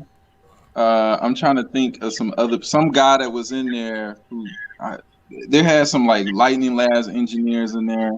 So I don't remember these people. It's usually just Lamar. And when you start really getting into the details, all he start doing is basically saying that no one's using Ethereum and it's wild. I don't think Lamar is really that technical, to be honest. But that's not how he presents himself, though. Isn't that the truth, correct? See, look, he's trying to. Come on, dog. Don't let the corona activate. I want to hear what you got to say, man. No, bro. Yo, I got a list of these people right now, though. As far as I know, Lamar does have the technical background, in that he went. I think he's a self-taught coder. Okay. As far as I know, right? Okay. And again, in my conversations, as far as the rooms go, or even if I'm talking outside of all of that, and from what I understand from him, like, yes, he promotes Bitcoin as the thing to start with learning, but it's not it's the only thing you can do here. As far as what goes on in Clubhouse, though, there's that fine line of like, listen, this isn't financial advice, because you'll have people come in there and ask you straight out, like, yeah, I should put my money in this thing, right? Like, it's weird, bro. Like, okay, let me some of the people. Trekk. Go ahead, Tim Pound. Go ahead, Tim Pound. I'm gonna give an example. Once you named Naja, she does like these rooms that's sponsored by the club, like basic Bitcoin stuff. You know what I'm talking about? You repeat stuff, man. I think because it was your mic. Go ahead. What were you saying, Naja? I mean, about Naja? Yeah, Naja, like she has a Zoom call and stuff, and also she promotes herself as like, you know, an early adopter and somebody who can like teach the way of just getting into Bitcoin and Bitcoin alone. She doesn't even educate people about like altcoins or anything. She just tell them how to get a wallet and tells them that you should just buy it and hold it like it's a religion. Like you're buying and holding the Bible. You know what I mean? Woof. See what I'm talking about? That's dangerous. I'm not gonna play that game, bro. So look, the other thing they do is when you get in there, did you drop the link yet? I don't see it. It's in the Twitter chat we got. Oh, in the Twitter. Okay, go ahead. I'll get it. Dang, man, you made me forget what I was gonna say. When you get in, it was another. You said when you get in the room. Yeah, I can't remember. It'll come back to me because I got. Okay, so look, we got the link, fellas. Jack Dorsey partners with Lamar Wilson to create more black Bitcoin millionaires. This is deep. I did not know about this. All right, know who your puppet master is. That's all I'm saying. I actually saw this article. They got him looking like a pure Superman villain on that one. He looked like Zod. Right. I'm assuming this is an old picture. All right. I gotta actually go through and read this. Me too. Because I'm gonna say again, the way that I've taken being in the different rooms in relation to the ones that Lamar, Zay, Fred, Naj, and them put together, I understand the standpoint of start with the basic thing, and then once you get this basic thing down, you can go off and explore the other stuff because it will make more sense then. Because people literally come in asking about all the other stuff, and it's like, wait, before you start trying to run and sprint, and you can't even like walk straight, get walking down first. That's not. They do that, but they don't talk about anything else but Bitcoin. That's my problem. But that's literally the room, though. This is about Bitcoin. So if you go in and you be like, well, I want to talk about Cardano and blah, blah, blah, blah, blah. It's like, yo, this is not what we do. There's other rooms that do it. It's not accidental that the other black people I talk to in this space that go into that room that I feel are knowledgeable and actually are really involved in the space and have been, don't like that room because of what that culture and narrative that they were pushing in there. I've been in that room when they're asking whether you should even buy. It was like real estate versus Bitcoin. Like, why even get real estate? I'm like, hey man, look, I don't know what you guys are selling here, but like everything is like Bitcoin to these people, you know. So yeah, it should definitely. They're two totally different asset classes, and you should not be picking one over the other. And that's not even. It's nothing but investment advice straight up in that room, though. That's what I'm trying to tell you. Yeah, it's dirty. Yo, but hear me out, though, bro. Like, you bring up anything about proof of stake, they'll burn you at the stake. Yep. Like, bro, no point. Somebody will jump on you like, oh, man, no, proof of stake, that's not secure, bro. Dude, come on, man. Yeah. Man, that breaks, dude. That's easily broken. You can't trust proof of stake. Nah, man, proof of work. Wow. Proof of bro. That's the only way. Yeah, that's what they do. See, that's unfortunate because you have it's about Bitcoin. You expect to happen in there though. Like no, but this is the thing, man. It's the positioning. They frame it like we here to help you understand, crypto and Bitcoin. And when anybody else comes in speaking facts and you do nothing but FUD, just all because you don't like that other coin. So I've never heard really anything positive said about any other coin but Bitcoin in there. Now, when you come in there like me or 10 Pound and start spitting facts that's undeniable, it's really hard to really, you can't really debate with us because we know what we're talking about. But most people in there, honestly, are so new, unless they hear something like this, they're just going to keep being in that silo. I don't go in there to get people to buy any other coin. I just want them to be aware of other projects and other opportunities. Because play this forward, whatever happens with Bitcoin, if other people miss out, like look what's going on with NFTs. You stay in that room, you won't really hear anything that's going on with NFTs. And that's a new pathway of people that are getting into crypto that we honestly would have not about NFTs. So like, no, why? Hold on. You said what? Are we talking about which? No, this is what I'm saying though. He's talking about the Bitcoin billionaire room, right? Right. But what Trekk is saying is that room is not about anything else but Bitcoin. Yeah, but it's like you got them talking about trying to get NFTs on Bitcoin. It's like walking into a strip club saying, "Yo, where's my car dealer at? I need to buy my new." Like, I get it, bro. We get it, Trekk. Okay, we get it. So what? It's the same asset class, bro. Like, okay, no. Listen, I just think it's misleading, and I try to call these guys out on Twitter, and they just ignore me. But we're gonna have our moment where we can talk about it at some point. Mm-hmm. You can't just keep trying This guy Allen is the Black Suge Knight of crypto. Right. No, it's not even about that. You want to be all up in the Bitcoin billionaire room talking all this. Come to death row. Come to death row. Yo. No, I feel you though, bro. I would love to. I'm gonna have to get in there and check out that room and just observe it. Just go see what they're talking about. Yeah, because but you got to do it when somebody else goes in there and challenges the status quo. Then you really see how it goes. They make it seem like nobody's using any of these apps. Anything good is. And to be honest with you, Alan, they're really doing those people a disservice because honestly, the real growth, if you just pure speculation, the real growth is going to be from everything but Bitcoin. I know that. That's what I'm saying. In the next 2 to 5 years, you want black people, black community to 10x their net worth.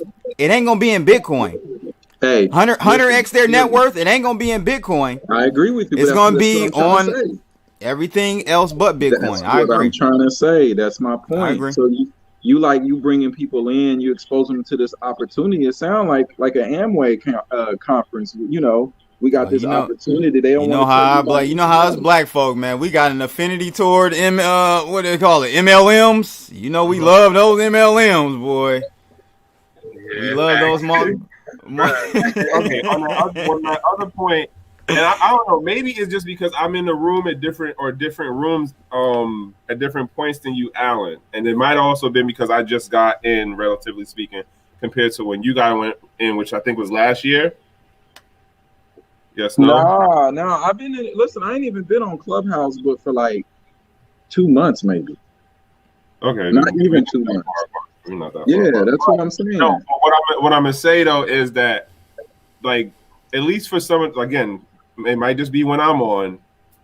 There are definitely folks in there who have more than Bitcoin, but everyone seems to avoid the thing of let me go tell you to go do this, to go do that, because of the flat out financial advice stuff. And again, how I'm taking it is it's the what is it? The standpoint of learn the basics before you go running off to try to do the complicated stuff. Yeah, but you gotta. Listen. We gotta push for more than that. Okay. Well, you don't really have to. How I know that isn't the only way to do it, because we got people in these NFT rooms who know absolutely nothing about crypto, and they're figuring out how to deploy all sorts of media right now, OpenSea and Rarible. We even tell them about wax. Listen, if you in there, you heard me talk about wax. I don't even. Oh no, I already had said something to Alexander about that in the room, and we was back and forth on Twitter earlier. Yeah. So I'm just saying, like, you don't. This whole like, you need the beginner. Why can't you start out on Ethereum? We telling people about how to go make NFTs right now. Why is that? You don't need to use marijuana as a gateway drug. You can just straight use crack, nigga. Yeah, that's what I'm saying. Wait, can we at least admit this though? Can we at least come to this point of yes, there are different roads to get to that end destination? Yeah, of course, okay. There are different roads. But don't act like there's only one road. That's what I'm saying. Agreed. But it sounds like Trekk is saying that that's not what's being promoted in that room. Again, if it's a room talking about Bitcoin, why are we going to run down the rabbit hole of NFTs or DeFi in like the full thing of conversation of it when you're still trying to get people to understand the basic stuff? And I will admit, Trekk, but basics is relative. That's what I'm trying to say. Like, why is Bitcoin the basics? Why isn't anything Ethereum the basics? Or even Cardano or EOS? I mean, just I don't even care. Just this whole like Bitcoin is the basics idea doesn't even jive with me. Okay. So, Bet, how about this? Bitcoin doesn't have to be the basics, but for X amount of the people, it is a basic, right? Yep. If we go through this whole thing of saying like, I can't tell you what you're supposed to do. This is literally the shit that I say in the room. I can't tell you what thing to start out with. All I can say is, here's some basic understanding tools of what is a blockchain, the different types of stuff, and then you got to go through and figure out, like, are you going to run the XRP route? Are you going to go look over at Cardano? Are you just going to stay here in Bitcoin? I don't know, but I can't tell you have to do it. I've literally said this multiple times and stuff, and I do agree that there's a level of handicapping, and like from day one when I started listening to certain rooms, there's a level that I think of pampering that is going on in this new decade, this new wave of folks coming in, that when we go through the price corrections, when we go through the regulatory stuff, they're not going to be prepared because they came in like we coddled them into the space, and there's way more inroads into the space now compared to when those of us on this channel right now got in. Like, we had to figure out more of the stuff. We had to actually do the work, lose shit, gain stuff back. And this new wave coming in, you got the people who know stuff who are like, no, let me help you and like, round the edges so you don't get hurt. And I just want to highlight Jay Way's comment because it's so true, and this is going to happen because I've seen it 3 times now. Most dummies will hodl for a loss. It will be 2018 all over again. None of these clowns know when to exit on the way up and down. So true. That's what's going to happen. Unfortunately, I'll say this about this Bitcoin black Bitcoin billionaire initiative. I don't want to sound like I'm hating because I'm not. I want us black people to finally get ahead and be in the forefront of a new technological shift versus being the last, as we always are with everything. But when you say black Bitcoin billionaire, to me, that's like selling a pipe dream. That's selling a dream to these people. I agree. None of these people are going to become billionaires off of Bitcoin. Like literally Bitcoin, they will not become a billionaire unless you have at least 100 million you're investing. Right. Yeah, I agree. You're not going to be a Bitcoin billionaire with $10,000, $100,000, stretching it with $1 million. That's a big stretching it. That's a big stretch. So that's the only thing I have a problem with titles like that. It's just I don't know, man. I don't like it. We could have picked a better name. Yeah, I agree. To me, it's just like either you misleading or you just like an amateur, just sort of having that perspective. Right. So it's selling a dream. You got to worry about how things look. Not look, but presentation, man. Like yeah, optics, yeah, like you said, is a part of it. Like, and that name, that label, it works out and it carries as a clear identifier for people trying to understand. All right. I mean, listen. Coca-Cola. If they think they understand, that's fine for them. But this is how I look at it. When you don't really tell people to look around the entire room, and you're like, nah, look only in this room. What you're taking away, and even though you're saying you're trying to shepherd them into this space, is you're taking away their self-determination. You're taking away the way for them to critically think. And then what happens is other people go off and they might make some other gains, or because they can build something on another chain, they start a new career or something like that. They're going to be missing these opportunities. And these are your own people doing it to you. That's my issue with it, right? You can't even blame anybody this time.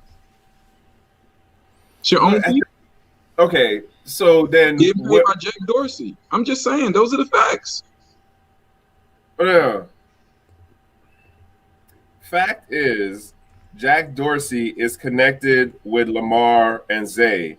Fact is, Lamar and Zay have a room that talks about making Bitcoin millionaires. There are definite caveats in the details that we are not aware of. Like, I didn't know that particular part until you just put that one out there now. But I still am going to stand on for when I've been in the room, for when I've spoken on the stage on stuff. It's not hey, Bitcoin is the only thing. It's just like, start from here and then worry once you get this part to the other part of it. But then here's the other thing. For all the folks who are just watching this or sitting in the chat room thing, you free to go in, listen. If you agree with any of the shit, all right, cool, you stay. If not, guess what? You can go start your own room. You can go into a whole nother thing and then listen to what those folks are saying. Like, so is the Bitcoin billionaire thing on Clubhouse started by Lamar, or started by Lamar and my man Zay, or what, Alan? It looks like Lamar is the main one running them. Okay. I don't see Zay in there that much.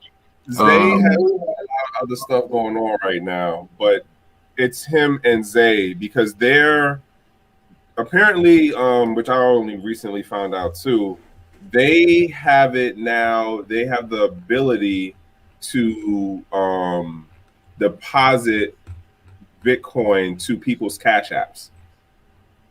Him and Zay are like the only two. Look at that. And I bet you they in there shepherding them to the cash app too, which ain't bad. I'm just saying, like, I don't understand Jack is a known Bitcoin maximalist. He paying people to be and behave like Bitcoin maximalists. That's how I see it. Those are the facts. That's not even like guessing or conspiracy. Those are the facts. Bruh. Under the guise of helping you. Yeah, I agree with everything you're saying, Alan. But yo, man, we gotta get on with the show, bro. Like, this has been let's move on. Going out, man. Good point. So let's talk about Ethereum hitting that 2K marker. Let's fucking go. How do you guys feel about that? And really, I guess the question I should frame it in the sense of, is this only the start? We just talked about Bitcoin being the coin, honestly, that you're going to see the least gains, and that's exactly what happened with the scenario we have here with Ethereum. Ethereum is up 168% since the beginning of the year. Bitcoin is up 93% since the beginning of the year, or that same time frame. What's your thoughts, Alan? I'll go with you first with Ethereum and where we're going in the next 12 months with this coin. Yeah, I don't really have any price predictions. What I do know is that Ethereum is going to be used. It has to be used. That creates a simple demand metric, right? I think EIP 1559 could also, with the demand at least being steady or growing, will reduce its supply or inflation rate because of the burning mechanism, and it's supposed to be implemented this year. I sit in these clubhouse rooms and I see all these people talking about NFTs, and 95% of them are going to go and use Ethereum, and they're going to figure out how to do it. So I just see an increase in demand and growth for Ethereum. And I just, if you look at the supply, you look at the demand, the demand is going to have an impact on the price over the rest of this year. 10 pound. For sure, I agree with Alan. For the most part, these people, whenever they go into these NFT rooms on Clubhouse, just to touch base on what Alan said, they're not really talking about wax. They're not talking about, flow for the most part. They're talking about Ethereum. And I think that the more artists that use Ethereum, once we get, all these different mainstream artists into the space, like Tyga just did, right? He did his first NFT creation on Rarible. People are going to flock. And like every single time a transaction is broadcasted over the network, like somebody has to pay a gas fee, and that gas fee is going to get burned. But just to touch base on EIP 1559, the ramifications for oracles is going to be insane. Like it's going to be like almost impossible to stay profitable unless you're a chain link, right? And like you're charging people like 50 grand, 60 grand for an oracle service. And like, hey, it is what it is. They're different things, right? Like miners are kind of pissed off about it too. Like it's just a matter. Do you think that ETH is going to pass? Yeah, of course it's going to pass. See, it doesn't really come down to community sentiment when it comes down to these EIP deployments, right? But they do like to gauge consumer and network sentiment and get like, an opinion from all the DApps, leadership of the DApps. So yeah, it's definitely going to pass, but like miners are not happy about it, not even in the slightest. Like now, like the blocks are going to be full regardless, and the gas is going to get burned regardless. So it is what it is. As for my price predictions, I'd say give it 12 months, being conservative, probably about 10 grand. Wow, 10 grand. Okay. Yeah, I wasn't necessarily looking for price predictions. I just want to kind of get a feel from you guys on, the progress of Ethereum going forward. And is the price today a good reflection of the value of Ethereum, or is it underpriced or overvalued? Basically is my question. Well, I'd say right now it's a tad bit undervalued in certain regards. The fact that the network is so congested and the price action, is reflecting in the gas price, right? Like, it sort of gives people this like mentality of, wait, I'm burning how much money just to do a swap? I'm burning how much money just to send to my friends? Wait, what's going on? Like, because the metrics are just overblown right now when it comes down to the price. So in that regard, right, the gas estimation costs, I think it's a bit overvalued. But when it comes down to a utility standpoint, the fact that it has such great utility in deploying decentralized applications, it has literally the best developer base in the world when it comes down to decentralized applications, it's undervalued. Okay. Black Money, are you still there? I don't know if he's back. Maybe not. So Trekk, I'll come to you. This is not necessarily priced directly. More so, do you see Ethereum overvalued or undervalued in the marketplace currently at $2,000? As somebody who wants to build NFTs, bro, this joint is way the hell overvalued because it is killing me on the gas price right now. Gas deployments, bruh. I already told you about like that whole scenario with gasless deployments. Like you can't sell. I'm not gonna run down that rabbit hole. So I was actually really curious to hear Alan's take on this because when I was reading the article, I initially like went straight to NFTs in regards to there was a couple of articles that came out like over the last 2 weeks talking about how much money has been moved around in that side of the investment and like who's doing their stuff now, and you're talking like hundreds of millions or some stuff like that all together. And when you take that into account of like the economy is doing what it's doing, folks who have money are trying to figure out like, well, what is this other stuff that we can put money in? The NFT thing it is growing in a way that I don't think, let's say last year summertime, X amount of the folks saw or like kind of would have expected.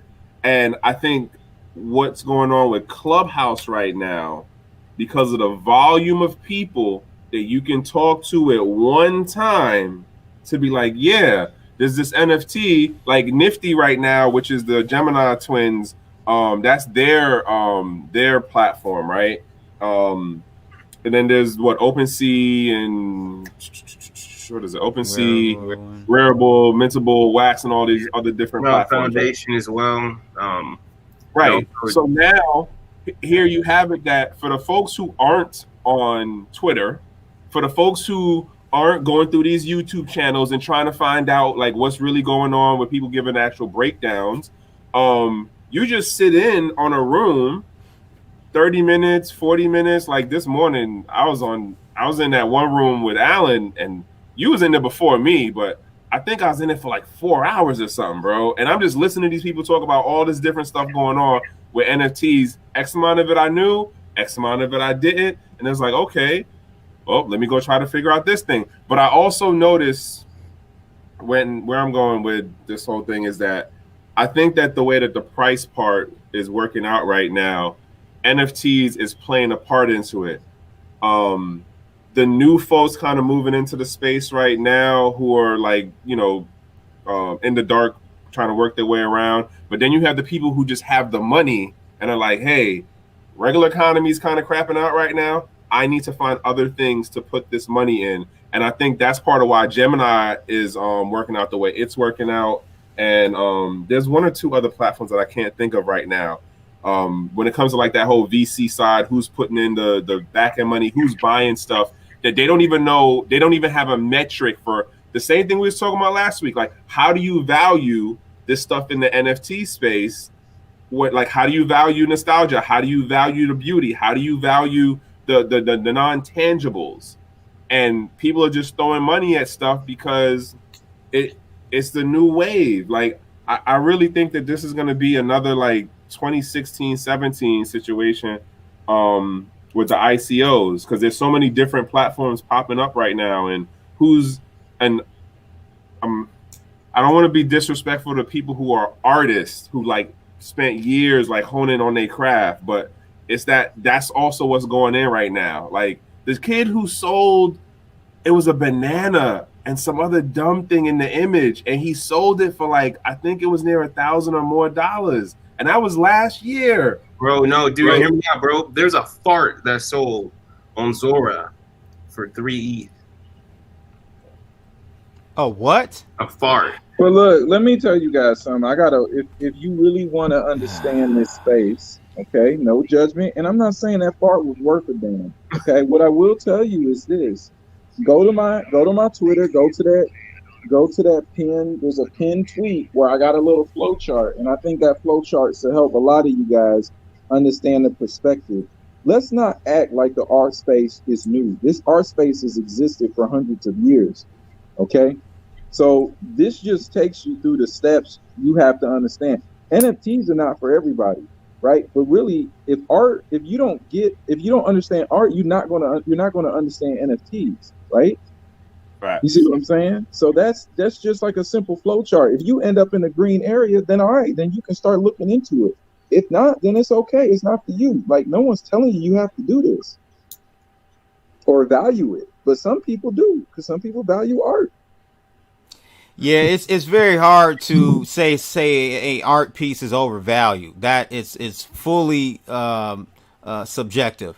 So yeah, it's very hard to say that this market is overvalued or heating up, or we're getting into the real bubble territory.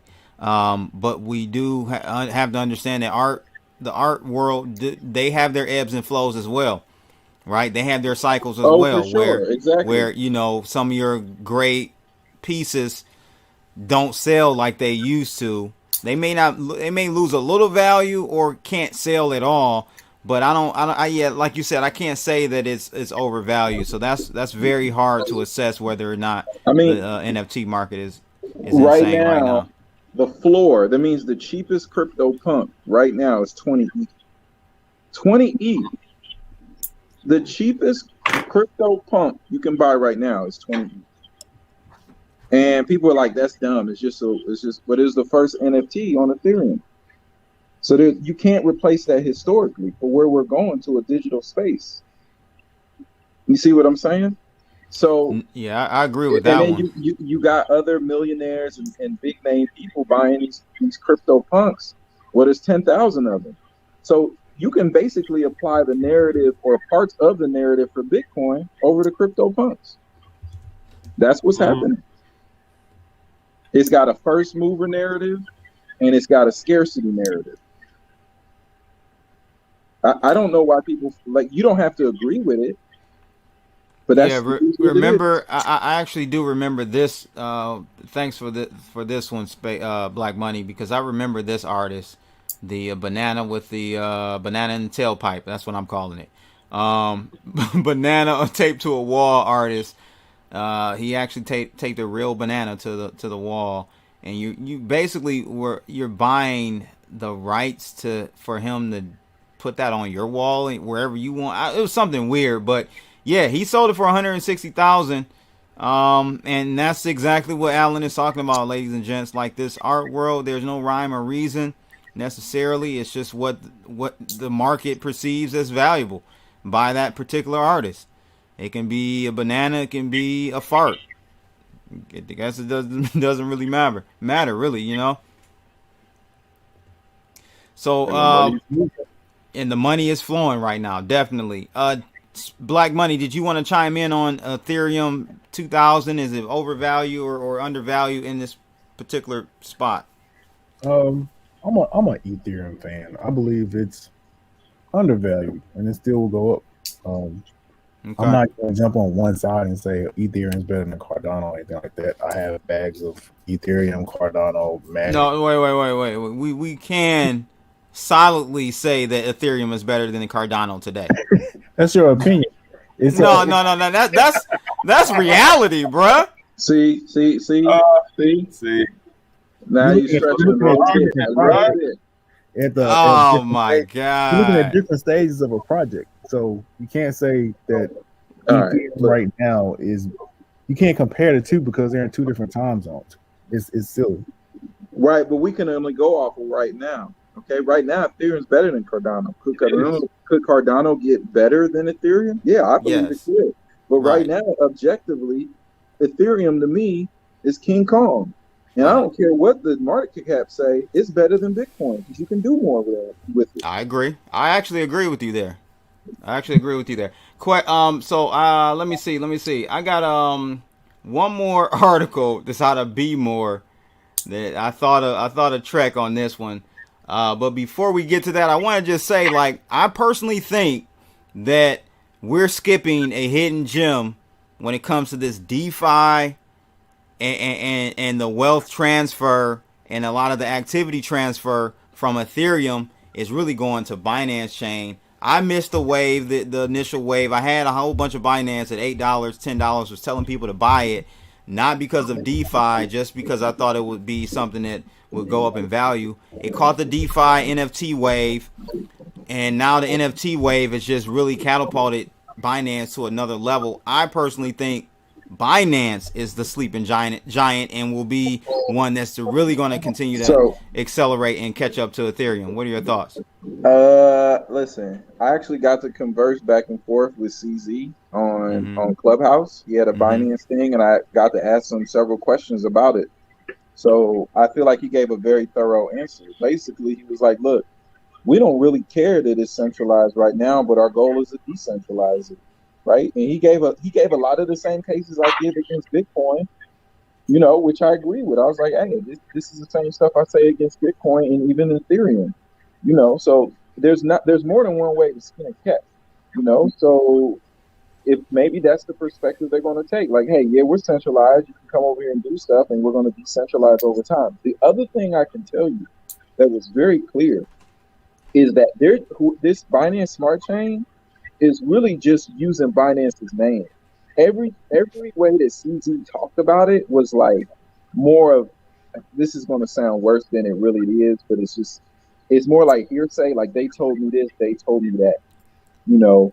And I'm not saying he doesn't know what's going on. I'm sure he's belly. I mean, he's the CEO. He knows what's going on. But I don't think he's like got his hand in the day-to-day matter change, right? So that gave me some perspective. Now, listen, I've always said the Binance was in the top 5 for the builder chains, along with Ethereum, Cosmos, Polkadot, okay, and Cardano. All right, those I've been saying the same thing forever, and Binance is going to be right there. We're going to see which model wins for what niche and what like capability or feature that people want to use. So invest in all of them. Yeah, big FOMO. Facts. Loads and loads of FOMO. It's like, damn. I think CZ just has his employees running the show, and he's being a figurehead. And he's shilling all these different projects on his Twitter account that's tied to the smart chain. It was a good buy. Sub $10. You know, it's a great project. Personally, I can't use it because I can't even allocate myself to the bridge. I can't allocate funds of my own personal money to the bridge to get over there. I have to like send it to a friend, and my friend has to do it, and then like he sends it to my wallet on the RPC. And I'm just like, man, it's either my government's really slow or this is something shady.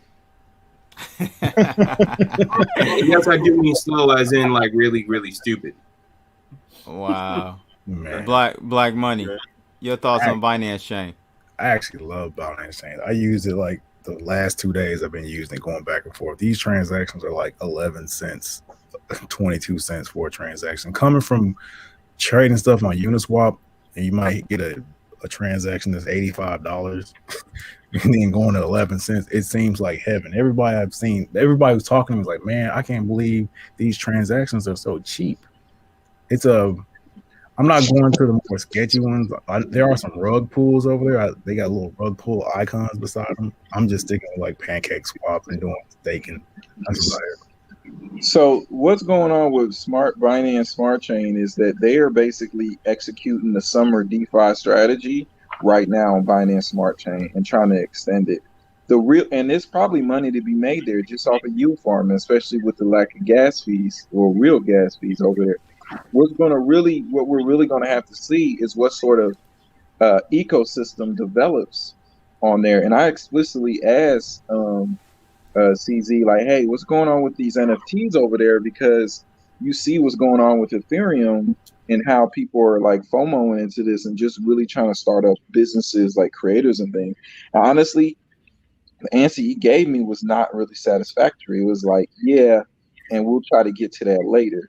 So I just think where the stage is in right now is like they're trying to do yield farming and get that craze. And listen, that same craze happened on Ethereum is not going to happen on the same scale and magnitude. Like they're not going to have like, I don't think you're going to have some coin that's going to end up like $1 billion market cap DeFi token there anytime soon. But you could probably make some gains. But we'll see how sustainable that ecosystem is over the rest of this year. I'm not saying it won't be.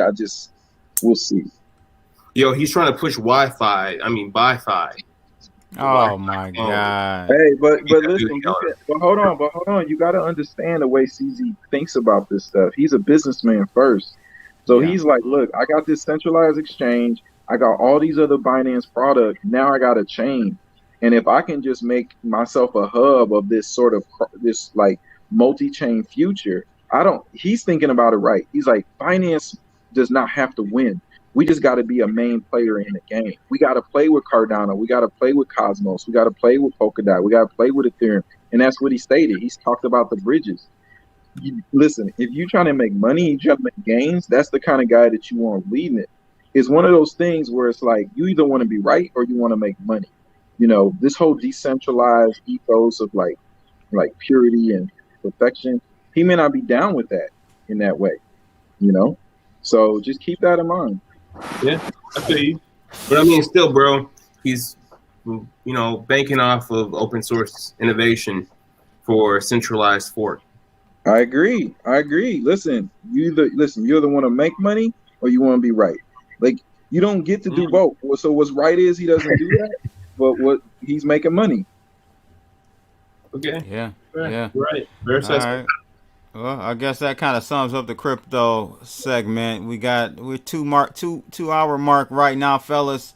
I guess the last topic is non-crypto related, and it is about paying murderers, killers, the ones with the blickies, paying them not to turn your TV off, close your curtains. All those, what are your thoughts, man? I just wanted to have this conversation really quickly about this activist out of B-More and just urging the city to pay criminals. Evidently, they're doing something similar to this out in Richmond, California. But let me know. I'm gonna start with the guy from B-More, in B-More. Trekk, man, you gonna pay? That I'm in B-More. You're in B-More. You're in B-More. So, all right. Yo, like, I read the thing and then I watched the actual news thing, and I'm like, but they didn't even have him explain like where the money part's gonna come from, and there was no like from your taxpayers. Yeah, like, but okay, so. I get the intention, and I do agree that if you look at it, he's right. Like, we have all of these other programs that are set here and in other cities just like Baltimore, and the numbers ain't going down. So it's like, well, if you put money into that and the number's still doing this, why not try this other option? But then I get into the like, well, how you figuring out who you gonna pay? How much you gonna pay? Like, what will be the gamification of once they figure out, like, oh, we could do this and this to be able to get a couple extra out of like what you're paying us? Like, it sounds like a good intentioned idea, but I honestly think, bro, for the way things will really start playing out towards the middle of this decade, that being implemented would make a whole shit ton of problems. It's a logistical nightmare, bro. Yeah, my whole question was, what do you do in a scenario where, like, what's the criteria for getting paid? Like, do you go like, tell them like, yo, I was gonna kill this cat over here, but now I'm not. Can I get my money? I don't understand how it works. Like, is it only for convicted people who are like convicted with charge of second degree? Like, like, you know what I'm saying? Like, it was a lot of like legal logistics stuff that I was just like, wait, what? Like, how do you pick this out? This doesn't even, but then I also feel like the way they cut up what he said, he probably explained some things. Like, yo, you know what's funny about how the law stuff work out, bro? And this is like everywhere. No one ever wants to hear from the people who actually been in jail. Mm-hmm. Like, no one ever wants the people who actually been through the system to be able to vote about the system. So, you know, I would imagine that he probably said something, but it was just like the way this got presented is like, yeah, you know, here's this ex-gangster kid who's now an adult who's saying we should pay criminals. And then like the way they even worded it, man, like, they was definitely not trying to make it sound like it was something that would be in like the best interest of the public. You know, this is one of those like, well, we're gonna have a piece to talk about like Baltimore and trying to give something of. We've seen stuff similar to this in other cities, right? Like the buyback gun programs. Right. That's somewhat of a pain, a killer to, you know, but then like they can go, then they can go take the money that you gave them and go buy another gun. That was real popular in New York, yo, for a number of summers. Yeah, I remember that. My people from Queens, let me know if that really worked for NYC. I don't know. What's your thoughts on the 10 pound? He's like, yo, bro. Buy my gun back so I can get a new one. Right, exactly. Pretty much, right? Yeah, I think crime is horrible, bro, and nobody should like get murdered, you know, in a utopia. But this ain't no damn utopia. I was about to say problems, dog. Like those gotta be solved first, right? If people had a substantial means to save themselves, in this modern day market full of cronyism and Ponzi schemes, bruh, niggas wouldn't be out here capping like they capping. That's what it is. I'm just saying. Black money. Yeah, I think I think the idea is silly, but if it did actually get launched into a program, it would be sort of some reverse psychology stuff. Like the gun back buy programs, they basically get you to say, hey, look, I have these illegal guns. They're not going to stop looking at you at that moment. Here in Tennessee, they got the IRS, or I guess Tennessee Revenue. You're supposed to have a stamp on your dope before you sell it. So you can go to them and say, hey, I got so many keys of cocaine and I need to get paid for my taxes up front so I won't get charged for that later on. Wait a minute. It's a weird thing. If I find it, I'm gonna show Please find that, because that will be a topic of discussion next week. Yeah. So yo, Taxman. That's how they used to do weed back in like the 1920s when they started making that transition. It was like, yo, you need a certain certification to be able to start selling it as a grower. Like, so honestly, I wouldn't think it is totally far-fetched that there is some kind of setup like that. Good question from Buddy. He says, is Bitcoin a revolution enough to solve some of these problems? That's a good question. I don't think so. To fold it back into it. Not at all. You must have been in that Bitcoin Black Billionaire. Yo, but here's the thing, bro. Like, man. Chronicle once said, man, like, if the dope keep coming and the TV keep flashing images of a sports car, you're bound for a coke war. So, look in the chat. I see it. Okay. Yo, like, let me see. Let me check this out. This is crazy. Go ahead, Trekk. Again, man, like, I don't remember when I started like getting to that realization with the whole thing of, does any crypto solve the social woes, right? And when you start looking at like, yeah, money is definitely a root in a lot of situations for people, but there are other things that come into play that just the money, it don't make a difference. So I definitely don't promote crypto, Bitcoin, any of it as a like, oh, this is going to make everything like 100% copacetic great across the board. Like, no, it's not. No, listen, Bitcoin in particular will actually worsen it, because it's going to it's widening the wealth gap as we speak. Yeah. You know, you all are getting wealthier right now, as 99% of the people in America don't have any Bitcoin. You guys are increasing the wealth gap and subsequently increasing the very problem that's causing a lot of this crime and stuff, right? Lack of jobs. That's going to be even worse with AI. Blockchain is going to eliminate even more jobs. AI is going to eliminate more jobs. So no, Bitcoin does not solve or help violence. I'm sorry, it only increases it, if you ask me. Yo, bro. I agree. Yo, remember that story about how the people ran up in this dude's house, literally like locked the kid up, tied the wife up, and robbed this dude of his cryptocurrency keys at gunpoint? Yes, I do remember that.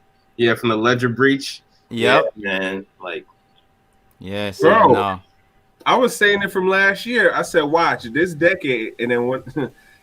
And like, there's not necessarily a direct correlation, but when I was listening to Biden's inauguration speech, and I just heard a lot of platitude, over promising stuff. Ain't that the last time we've seen Biden? No, we're not gonna know that. He's been in the basement since then. At least I thought. I ain't seen the brother. But no, but I ain't black. I ain't black. I didn't vote for him. I ain't black. But no, what I'm saying though is, like, depending on what circles you move in and the things you pay attention to, if you was looking from like last year, I would argue you saw certain things that are just like, oh, like, and I was saying this to a couple of different people, and I was like, yeah, like, this decade, like going towards through this administration, it's going to be people doing things to get money to either keep the roof over their head or like put food in their kid's belly or their belly that you wouldn't have thought nobody was going to do during the COVID part of COVID times. But for the things that I kind of see going on right now, it's just like, man, like if you're not paying attention, if it's not something that's like in your daily activities or the people you talk with or act around, like you're not going to notice it. By the time you do notice it, though, it's going to probably be at your front door. Like I was saying to somebody, TikTok. I can see TikTok being a competitor to what OnlyFans is known for. There's certain things I see, it might just be some of the accounts that I end up having pushed on my feed right now that I see, but there's certain things that I'm just like, I wonder, like, could this be that in another like year and change? Even on the street level, on just like what people will do now is the hustle. What are the hustles or how are they going to change for what people are going to do to get funds? Why? Because they're going to need money to either pay for the roof over their head or they're going to need it to get food in their stomach. Yeah, I hear you. So I'm looking at this. Tennessee literally does have an unauthorized substance tax. I can't believe this. I mean, this is just government at its finest right here. So, yeah, so all you drug dealers in Tennessee for Tennessee, make sure you get your stamps. Pay your taxes, brothers. Pay your taxes. Any last comments from any of you? Go ahead with it. No. Nope. 10 pound. Bruh, if you want to like support me, you can check me out on Twitter at TPS 0011. I still got an NFT for sale. If you want to buy that, follow me. I follow you back. It is what it is. I ain't paying that gas fee though. Bruh. Man, launch it on Matic. I gotta look into that. All right, yeah, check out 10 pound guys on Twitter, TPS 0011. Let's get Alan in here real quick. Alan, any last words? Where can people follow you? Right on my name here at Real Alan. You see it. There you go. Any last words? As the Titanic ship sinks. What you talking about? Titanic ship? What ship? Ada, nigga. I think he walked into it. Listen, I'm properly hedged. Okay. Good. No, I know. That's good. No, that's good advice right there. That's Alan's last words, guys. He's properly hedged, as you should be too. Trekk. Yeah, Trekk. What's going on, man? Last words. I hope everybody is safe and has a good week. And I'm gonna run with the when it comes to this crypto thing, it's El Hodges line of by any means necessary. So, as Alan says, it's not just Bitcoin. And if you want to find me, it's not just Bitcoin. Yeah, it's literally TREKKW, the number 2KS. No special characters needed. Put it in any search engine. My stuff will come up. All right, and Black Money. I guess my last words are: don't get so caught up in digital things that you forget about real life. So, I know Texas was having problems. We're having problems. People keep like emergency food supplies in your house, water, flashlights, compasses, stuff like that, medical supplies, anything you need like that. That's it. That's all I gotta say. And you can follow Black Money at blkmoney.com on Twitter. Anywhere else? Oh, YouTube, Black Money. YouTube, Black Money. All right. Thanks a lot. Yeah, guys, great conversation. Appreciate everyone chiming in. Guys, make sure you hit that like button for sure. It was an excellent stream. 2 hours and some change. I guess we out of here, people. Peace. Holla.